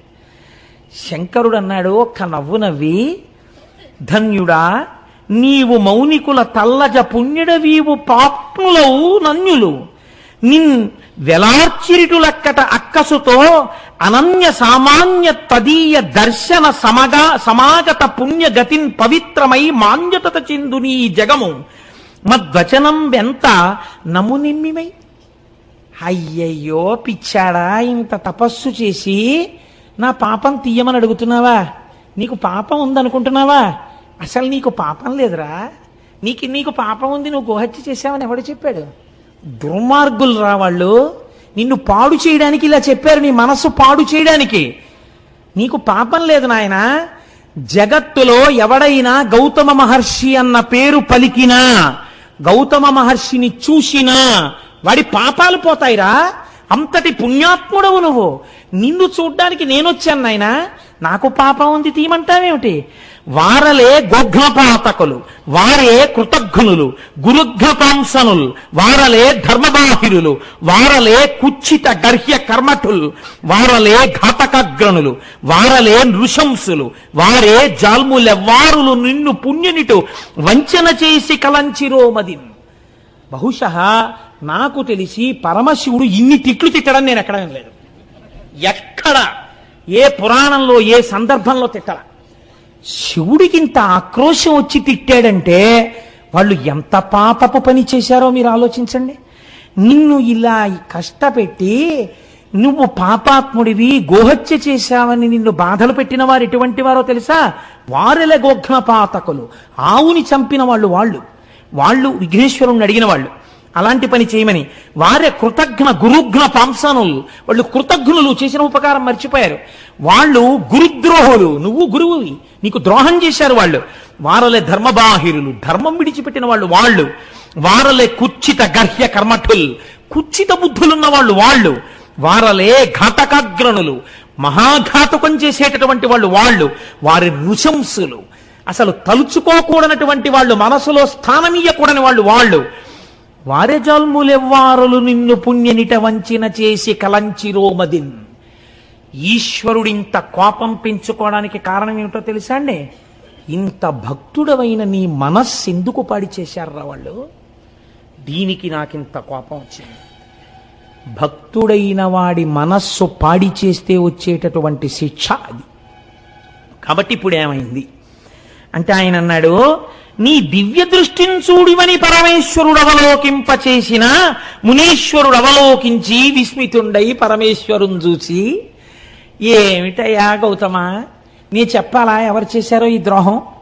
నువ్వు ఇంత తపోశక్తి దురంధరుడవే, నడిచి వెడుతున్న అగ్నిహోత్రానివే, నువ్వు ఒక్కసారి అంతర్ముఖుడవైతే సమస్తం తెలుస్తుందే, ఇంత పిచ్చివాడివి ఏమిట్రా నాయనా, కనీసం అనుమాన పడలేదేమిరా?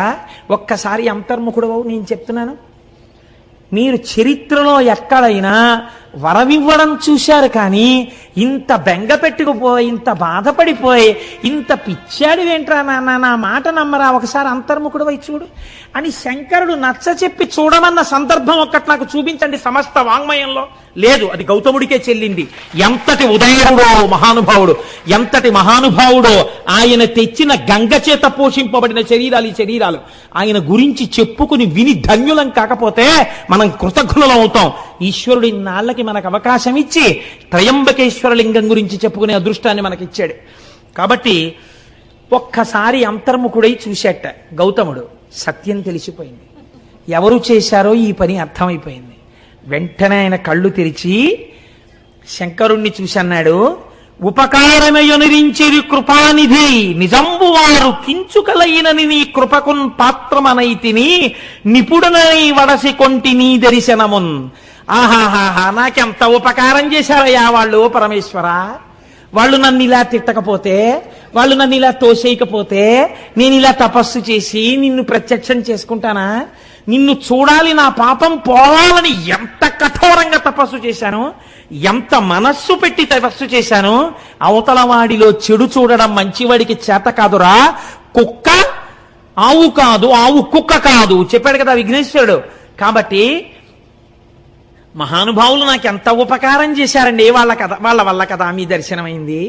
వాళ్ళంతా ఉపకారం చేస్తే వాళ్ళని నేను ఏమని నిందించను, నేను వాళ్ళకి రుణపడిపోయాను పరమేశ్వర అన్నాడు.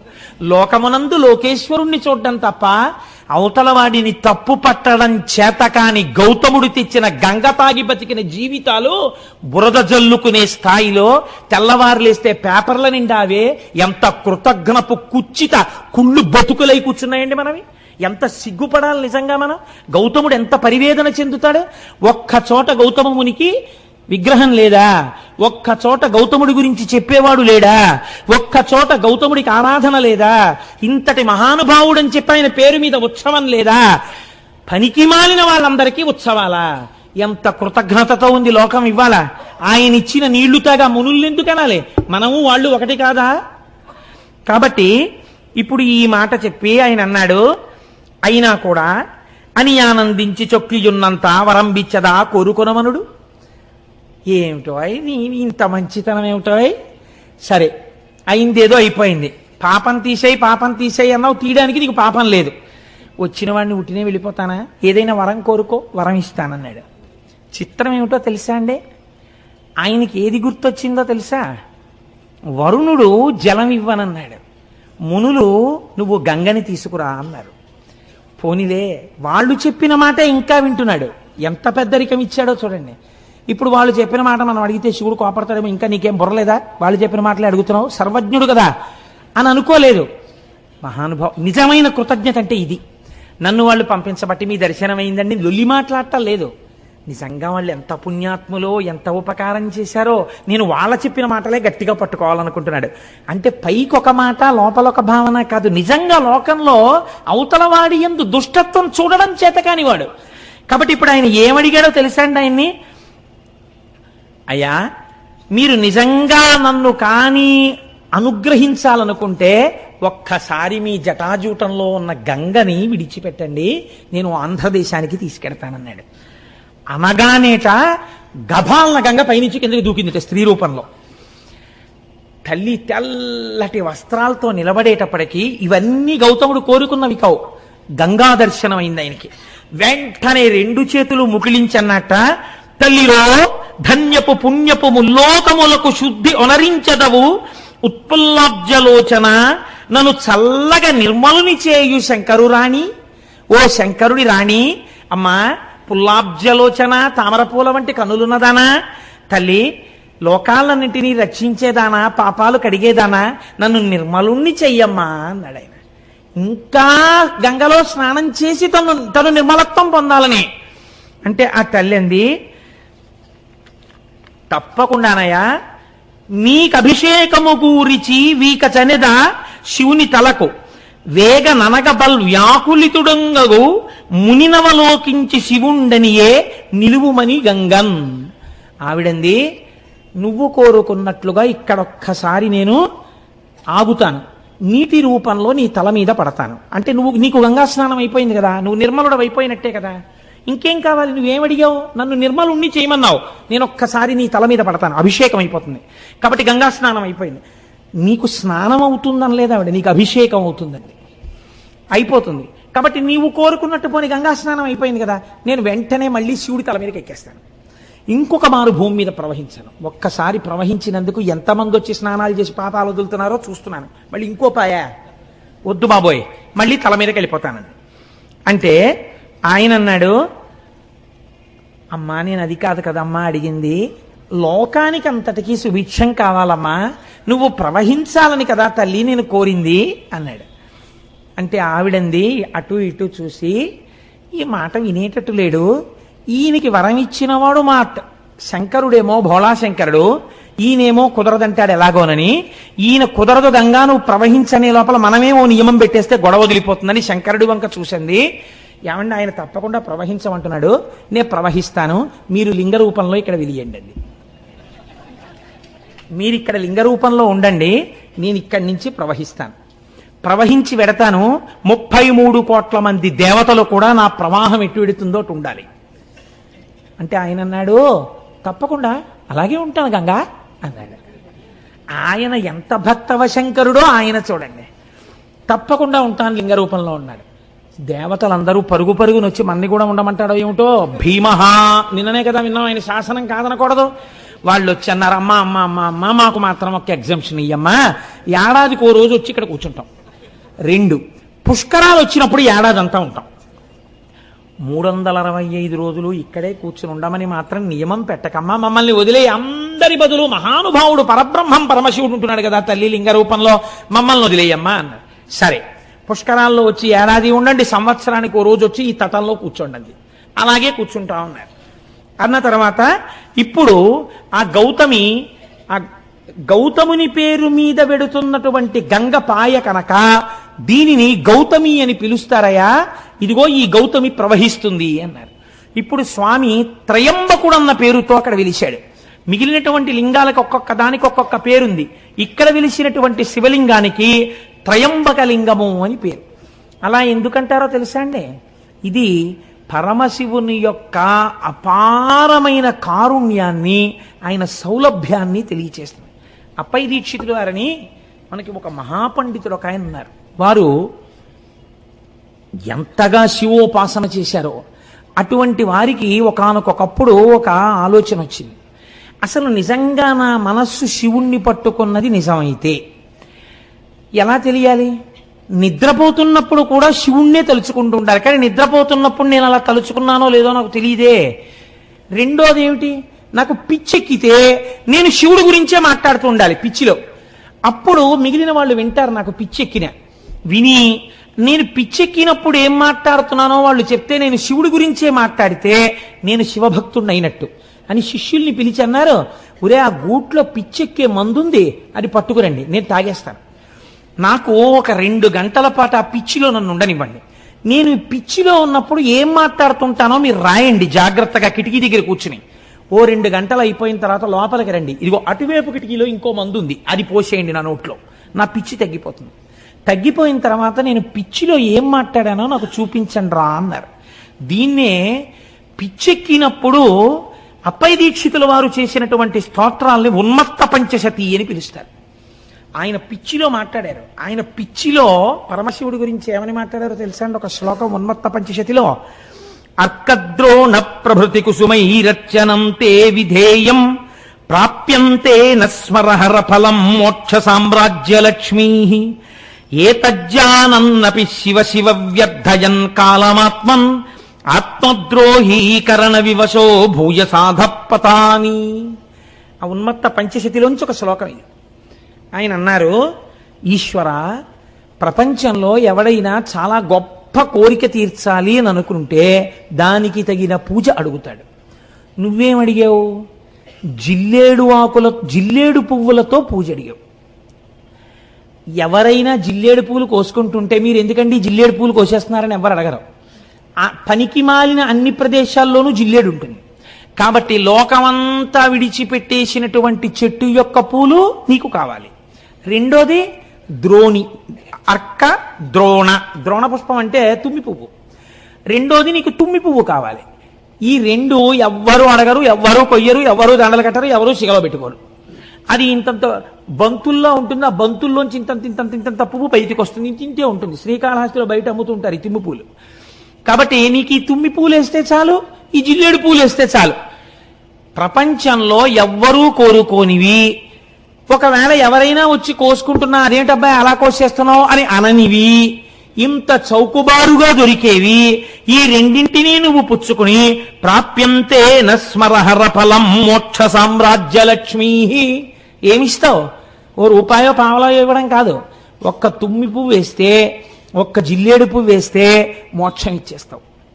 మోక్ష సామ్రాజ్య లక్ష్మీ ఏతజ్జానన్నపి శివ శివ వ్యర్థయన్ కాలమాత్మన్.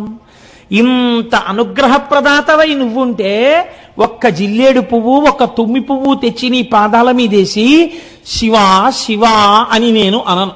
నేనేం చేస్తుంటాను? మిగిలిన పనికిమాలిన పనులన్నీ చేస్తుంటాను. ఈ 2 పనులు చేసినట్టుగా నాకు కనపడదు. శివ శివానను, ఈ 2 పువ్వులతో నీకు పూజ చెయ్యను. ఆత్మద్రోహీకరణ వివశో భూయసాధపతాని. నా అంత ఆత్మద్రోహి ఇంకెక్కడుంటాడు? ఇంత సులభుడు నువ్వు, ఆ పని కూడా చెయ్యలేని ఆత్మద్రోహిని నాకు నేను ద్రోహం చేసుకుంటున్నాడు పూజ చెయ్యకుండా అని మహానుభావుడు అప్పయ్య దీక్షితుల వారు ఉన్మత్త పంచశతిలో మాట్లాడతారు. పిచ్చి తగ్గిపోయిన తర్వాత శిష్యుల శ్లోకాలు చదివితే పర్వాలేదైతే నా మనస్సు శివుణ్ణి పట్టుకుందన్నారు ఆయన. అలా ఎంతటి సులభుడో చూడండి. త్రయంబకేశ్వరుడిగా వెలిశాడు. త్రయంబకుడు వెలిసిన తర్వాత గౌతమి అన్న పేరుతో గౌతమ మహర్షి పేరు మీద గంగ వెళ్ళిపోతోంది. వెళ్ళిపోతుంటే అక్కడ ఉన్నటువంటి మునులు ఇప్పటి వరకు ఏ మునులైతే గౌతమ మహర్షిని పో అని తరిమేశారో వీళ్ళందరూ ఒరే శివుడి జటాజూటంలోంచి గంగ కింద పడిందిట మళ్ళీని, కాబట్టి గబగబా వెళ్ళి మనందరం స్నానం చేద్దాం రండని మళ్ళీ గబగబా వచ్చేసారు. ఉత్తరీయాలు కట్టేసుకున్నారు, మళ్ళీ గబగబా మంత్రాలు చెప్పేసుకుంటున్నారు, స్నాన మంత్రాలు. అందులో మునిగేద్దామని భార్యలతోటి శిష్యులతోటి దిగుతున్నారు. చూసిందిట గంగా నది. ఆయన పేరు మీద పుట్టితే మళ్ళీ ఇందులో కూడా స్నానం చేసి పాపాలు పోగొట్టేసుకుందాం అనుకుంటున్నారా? ధూర్తులారా అని కని ధుని ఘోరపాతకులు కష్మలెందు కృతఘ్నమూర్తులీమునుల అపఘ్నమేవమిక ముట్టగ వచ్చిరి వీరు తాకునోర్వను కనరాకపోదునని వైళమలంగి అదృశ్యమయ్యే అంతనెకని గౌతముండకట తల్లిరో పోయిత పాసి నీసుతున్. ఆవిడ వెంటనే మునులు స్నానానికి దిగుతుంటే అంతర్ధానం అయిపోయింది. అక్కడ ఉన్న నదీ ప్రవాహం హఠాత్తుగా మాయమైపోయింది, అంతే మట్టి అయిపోయింది. తడి కూడా లేదు, అది విచిత్రం. మళ్ళీ ఎండిపోయిన భూమి అయిపోయింది. ఎందుకని? ఈ గౌతముణ్ణి ఇంత ఏడిపించిన దుర్మార్గులు మీరు స్నానం చేయడానికి నా నీళ్లు కావాల్సి వచ్చాయా? మళ్ళీ మీ పాపాలు వదిలేద్దాం అనుకుంటున్నారా? మీకు దక్కనివ్వను రాని వెళ్ళిపోయింది. ఇంకింతకన్నా అవమానం ఏముంటుందండి ప్రపంచంలో? అసలు పేపర్లలో ఫోటోలు వేసేసి టీవీల్లో ఎప్పుడు చూపిస్తారో, ఎవడో గంగా స్నానానికి వెళ్ళగానే గంగా దృశ్యం అయిపోయింది అనుకోండి, వాడి గురించి ఎంత ప్రచారం అయిపోతుంది లోకంలో. అయ్యి బాబోయ్, ఇంతటి పాపాత్ముడు ఎక్కడా ఉండనమాటని అలా ఈ మునుల్ని చూసి గంగ అంతర్ధానం అయిపోయింది. అక్కడ ఇంకా జహ్నువు తాగాడు. ఇక్కడ జహ్నువు తాగడం కాదు, గంగావతరణంలో అయితే జహ్నువు తాగారు. ఇక్కడ అది కాదు, వెళ్ళిపోయిందంటే మళ్ళీ ఆకాశంలోకి. ఇంత శివశాసనం ఉంది, పక్కన త్రయంబకలింగం ఉంది, ఆవిడ అయినా లెక్క పెట్టడానికి వెళ్ళిపోయింది. అంటే ఎంత బాధ వచ్చిందో ఆవిడికి నిజంగా. ఇప్పుడు వాళ్ళు ఏడవలేదు, అయ్యో అమ్మా ఎంత తప్పు చేశామో నిజంగా తల్లి, నువ్వే మాకు స్నానం చెయ్యనన్నావు. లోకంలో ఒక సామెత ఉంది, రక్షిస్తే తల్లి రక్షించాలి, లేకపోతే గంగ రక్షించాలంటారు. సీతమ్మ తల్లి అంటుంది ఉత్తరాఖండలో. కానీ భరిస్తే తల్లి భరించాలి, లేకపోతే గంగ భరించాలంటారు. ఎంత తప్పు చేసిన కూతురునైనా తల్లి కాపాడుకుంటుంది, లేకపోతే ఇంకా గంగ కాపాడుకోవాలి. కాబట్టి అటువంటి గంగ మమ్మల్ని కాపాడలేదని వీళ్ళు ఏడవలేదు, వీళ్ళు ఇంకా అలా బిర్ర బిగిసి నించున్నారు. ఏడిచిన వాడు ఎవరో తెలుసా అండి? గౌతముడు ఏడ్చాడు. తల్లిరో వెళ్ళిపోయావా అమ్మా, వీళ్ళందరూ స్నానం చేద్దాం అనుకుంటున్నారమ్మా, ఎంత చిన్నబుచ్చుకున్నారో చూడమ్మా, అమ్మా రామ్మా అని ఏడ్చాడు. ఈయన ఏడుపు చూడలేక మళ్ళీ వచ్చింది ఆవిడ. అప్పుడు వీళ్ళు చక్కా లోపల దిగి స్నానాలు చేశారు. చేస్తే ఇంతవరకు చూశారట. కొన్ని చోట్ల గౌతముడు శపించాడని ఉంటుంది. గౌతముడు అలా శపిస్తే చక్కటి అరిటాకేసి నీళ్లు జల్లి విభూతితో ఓంకారం రాసి అన్నం పెట్టి నెయ్యేసి పప్పేసి కూరేసి పచ్చడేసి పులిసేసి పిండి వంటలేసి పెరుగేసి విస్తరి మీద ఉమ్మేసిలిపోయినట్టు ఉంటుంది. ఇంతగా లోకాన్ని ఆరాధించగలిగినటువంటి గౌతముడు ఇప్పుడు ఈ మునుల్ని ఎందుకు శపిస్తాడండి? శపిస్తే ఈ కథకు అర్థం ఉందా? అసలు ఈ ఆఖ్యానానికి అర్థం ఉందా? అది అలా ఎలా వచ్చేసిందో లోకంలో నానుడి నాకు అర్థం కాదు. అప్పుడు ఒక్క మాట మాత్రం చెప్తారు, మునులరించినట్టి యఘమున్ సకలమ్ము నిరింగి మట్టుమీరినవడి గౌతమార్యుడును మరిన్మరి వారణ సేయుచుండినన్ గనలచు అమ్మునిప్రువుల కన్గొని ఇట్లది శాపమిచ్చిరీరును భవదీయ వంశులు విరోధులు కాగలరీశ్వర భక్తికిన్. గౌతముడు శపించలేదు. తమ గురువుగారు ఇంత చేసినా సరే, గంగా స్నానాన్ని మళ్ళీ ఏర్పాటు చేసినా సరే, స్నానం చేసి వచ్చి క్షమార్పణ చెప్పి ఆయన కాళ్ళు పట్టని మునులను చూసి గౌతమ శిష్యులు శపించారు. ఏమని శపించారు? మీకు శివభక్తి లేకుండుగాక అని శపించారు. మీకు నేను నిన్నటి రోజున ఒక మాట చెప్పా, ప్రపంచంలో ఐశ్వర్యమును పాడు చెయ్యడానికి గొప్ప శాపం ఏమిటో తెలుసా అండి? నీ ఇంట జిల్లేడు మొక్క పుట్ట. జిల్లేడు మొక్కలు ఇంట్లో పుట్టాయంటే ఆ ఇల్లు ఇంకా నివాసయోగ్యం కాకుండా పాడుపడిపోవడానికి సిద్ధపడిపోతుందని. నీ ఇంట జిల్లేడు మొక్క పుట్ట అంటే భయంకరమైన శాపం భౌతికమైన ఐశ్వర్యానికి. నీకు శివభక్తి లేకుండుగాక అంటే అంతటి దయాళువైనటువంటి శివుడి మీద భక్తి లేనటువంటి స్థితి ఏర్పడడం అంటే ఇంకా అది మనుష్య జన్మ ఎత్తి కూడా ఉద్ధరణ వేపుకి అడుగులు వేయలేనటువంటి వైక్లభ్యానికి గురైపోవడం. కాబట్టి ఆత్మోన్నతిని పాడు చెయ్యాలంటే నీకు శివభక్తి కలగకుండుగాక అని శపిస్తారు. భౌతికమైన ఐశ్వర్యాన్ని పాడు చేయాలనుకుంటే నీ ఇంట జిల్లేడు మొక్క పుట్ట అని శపిస్తారు. కాబట్టి ఇప్పుడు గౌతమ శిష్యులు ఏమని శపించారంటే మీకు శివభక్తి కలగకుండుగాక అని శపించారు. వాళ్ళ నాటి నుంచి జడులై తమ జీవితాల్ని పాడు చేసుకుని తిరిగారు. ఆనాడు వెలిసినటువంటి త్రయంబకలింగమే మనం ఈనాడు వెడితే మహారాష్ట్రలో త్రయంబకేశ్వరుడు అని త్రయంబకం గౌతమీ తటే అని ఆ గౌతమీ తటి ఒడ్డునే మనం చూస్తున్నాం. కానీ మీరు ఒక్కటి ఆలోచించండి, నేను మిమ్మల్ని ఒక యథార్థమైన ప్రశ్న వేస్తాను. నిజంగా మనం త్రయంబకేశ్వరుడి గుడిలోకి వెళ్ళినా, గోదావరి ఒడ్డున నించున్నా, ఇంత కష్టపడి ప్రయాణం చేసి కాటేసి తీసుకుని స్నానం చేసి గుళ్ళోకి వెళ్ళి పెద్ద క్యూలో నించుని తీరా అక్కడికి వెళ్ళేటప్పటికి జరుగని ఏదో దర్శనం చేసుకుని సంతోషంతో బయటికి వచ్చి గోదావరి ఒడ్డున నించున్నా, మీరు గౌతముడి గురించి ఇంత ప్రశాంతంగా ఇంత ఆనందంగా మీ మనస్సులు నిలబడతాయా? నిలబడవు. నిజంగా అసలు త్రయంబక దర్శనం అంటే ఏమిటో తెలుసా అండి? ఇప్పుడు ఇక్కడ ఈ సభలో మీరు చేసిన దర్శనమే మీరు గౌతమీ తటి యందు త్రయంబక దర్శనం చేశారు. ఇప్పుడు నిజంగా మహామునిని మీరు శ్లాఘించినట్టు మనస్సుతో దీని వలన ఈశ్వరానుగ్రహానికి మీరు లోనవుతారు. ఇప్పుడు ఏమైంది? ఆయన త్రయంబకుడు. త్రయంబకుడు అంటే 3 కన్నులున్నవాడు. 3 కన్నులున్నవాడు సమస్త దేవతా స్వరూపములయందు మహాదేవుడు ఒక్కడే. మనకి ఓం త్రయంబకం యజామహే సుగంధిం పుష్టివర్ధనం ఉర్వారుకమివ బంధనాన్ మృత్యోర్ముక్షీయమామృతాత్ అని మృత్యుంజయ మహామంత్రం. 3 కన్నులు ఉండడం అంటే మీరు ఒకటి బాగా జ్ఞాపకం పెట్టుకోండి. కాలహర కామహర ఈ 2 దాని యందు ఉన్నాయని. మనం పుట్టడానికి కారణమేమి? తల్లిదండ్రుల యొక్క కామము మన యొక్క జననమునకు హేతువు. మళ్ళీ మన శరీరం పడిపోవడానికి కారణమేమి? కాలము కారణము. కొంతకాలం వచ్చిన తర్వాత డేట్ ఆఫ్ డెత్ ఉంది కదండి. కాలము వలన పడిపోతారు, కామము వలన మళ్ళీ ఉపాధి తీసుకుంటారు. కామమును కాలమును రెండింటినీ హరించగలిగిన వాడంటే మీకు మళ్ళీ ఇంకొకసారి అమ్మ కడుపులో పుట్టవలసిన అవసరము లేకుండా చెయ్యగలిగిన వాడు. వాడు 3 కన్నులు ఉన్నవాడు. అందుకే మనం త్రయంబకలింగాన్ని శివలింగాన్ని ఆరాధన చేస్తే ఒక మాట చెప్తాం. త్రిదలం త్రిగుణాకారం త్రినేత్రం త్రియాయుషం అంటాం. త్రియాయుషం అంటే ఏమిటో తెలుసా అండి? 3 ఆయుర్దాయములను చూసేటట్టు చేస్తాడు. ఈ మాట చెప్పి మారేడుదలం వేస్తే త్రిజన్మ పాప సంహారం ఏకబిల్వం శివార్పణం అంటాం. ఇది త్రియాయుషం అంటే వార్ధక్యంలో ఒక ఆయన వచ్చేసాడు అనుకోండి. వార్ధక్యంలోకి అంటే ఆయన ఏం చూసేశాడు? బాల్యము యవ్వనము కౌమారము 3 చూశాడా లేదా? చూస్తే కదా ఇప్పుడు వార్ధక్యంలో ఉన్నాడు. ఒక ఆయన అసలు వార్ధక్యంలోకి వెళ్ళలేదనుకోండి, వెళ్లకుండానే వెళ్ళిపోయాడంటే అర్థం ఏమిటి? ఆయన పూర్ణాయుర్దాయాన్ని పొందలేదు. 4వ ఆయుర్దాయంలో నించున్నాడంటే మిగిలిన 3 ఆయుర్దాయాల్ని చూశాడు. మిగిలిన 3 ఆయుర్దాలు చూసేటట్టుగా చేస్తాట ఒక్క మారేడుదళం శివలింగం మీద వేస్తే వాడు త్రయంబకుడు. వాడు త్రిదళం త్రిగుణాకారం. అది కూడా ఎలా చేస్తాడు? త్రిగుణాతీతుణ్ణి చేస్తట. ఆ ఆయుర్దాయము ఈశ్వరోపాసనగా మార్పిస్తట.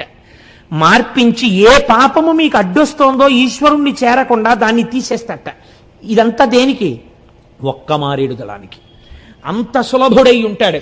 3 కన్నులతో ఉంటాడు. ఈ 2 కన్నులు సూర్యచంద్రులు. ఇది అగ్నిహోత్రం. సూర్యచంద్రులు కాలమునకు గుర్తు. సూర్యుడు పగలుంటాడు, కాలం నడుస్తుంది. చంద్రుడు రాత్రుంటాడు, కాలం నడుస్తుంది. కాలము మిమ్మల్ని శోషింపచేసి పడగొడుతుంది. ఇది అగ్నిహోత్రము. కామాన్ని దహిస్తుంది. అందుకే మన్మధుణ్ణి దహించాడు. ఇది కామహర, ఇవి కాలహర. అంటే మళ్ళీ పుట్టవలసిన అవసరం ఉండదు, మళ్ళీ కాలములో పడిపోవలసిన అవసరం ఉండదు. అటువంటి స్థితిని మీకు ఇయ్యగలిగినటువంటి వాడు, ఇది ఇయ్యగలిగిన వాడు మీ కోరికలు తీర్చడం పెద్ద లెక్క. ఏదైనా తీర్చగలడు. కాబట్టి ఇప్పుడు గౌతమీ తటి యందు వెలిసినటువంటి త్రయంబకలింగం అంత గొప్ప లింగం. ఆ త్రయంబకుణ్ణి ఒక్కసారి చూసి ఒక్క నమస్కారం చేస్తే 3 కన్నులున్నవాడా మహాదేవా అని నమస్కరిస్తే చాలు మీకింత ఫలితాన్ని ఇచ్చేస్తాడు.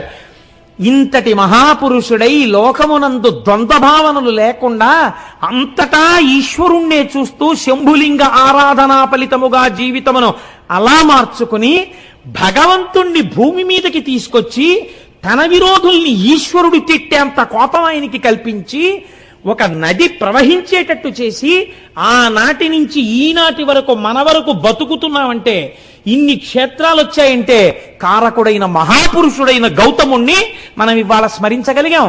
అటువంటి త్రయంబకలింగం గురించి చెప్పుకోగలిగాం. నా మోహం ఇంకొక లింగం కూడా అవడం. కాబట్టి అవకపోతే 5 అనుకుంటాను, 6 అనుకుంటాను, ఒక్క లింగం కూడా 2 1లోకి వచ్చింది. నానాటికి తీసి కట్టు నాగంబొట్టు. పోన్లేండి అన్నాళ్ళకైతే అవుతాయి. ఆయన ముందే చక్కటి వాక్కు చెప్పారు మా గోపాలకృష్ణ గారు. 365 రోజులు ఉంటుందన్నారు శివపురాణం.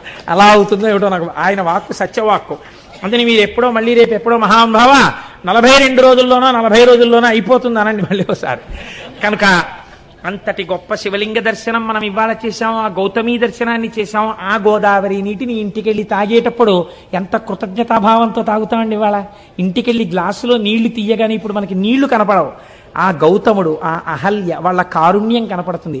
ఇన్నాళ్లకి మనం గోదావరి నీళ్ళు అలా తాగుతున్నాం కృతజ్ఞతతో. అటువంటి బుద్ధి మనకిచ్చిన ఆ త్రయంబక లింగానికి వీరొక్కసారి కైమోడ్చి నమస్కరిస్తూ రేపటి రోజు కాశీ అద్భుతమైనటువంటి వారణాసి క్షేత్రానికి వెళ్ళి ఎన్ని వారణాసిలో చూడవలసి ఉంటుందో దాని వైభవం ఏమిటో రేపటి రోజున విజ్ఞాపన చేస్తాను.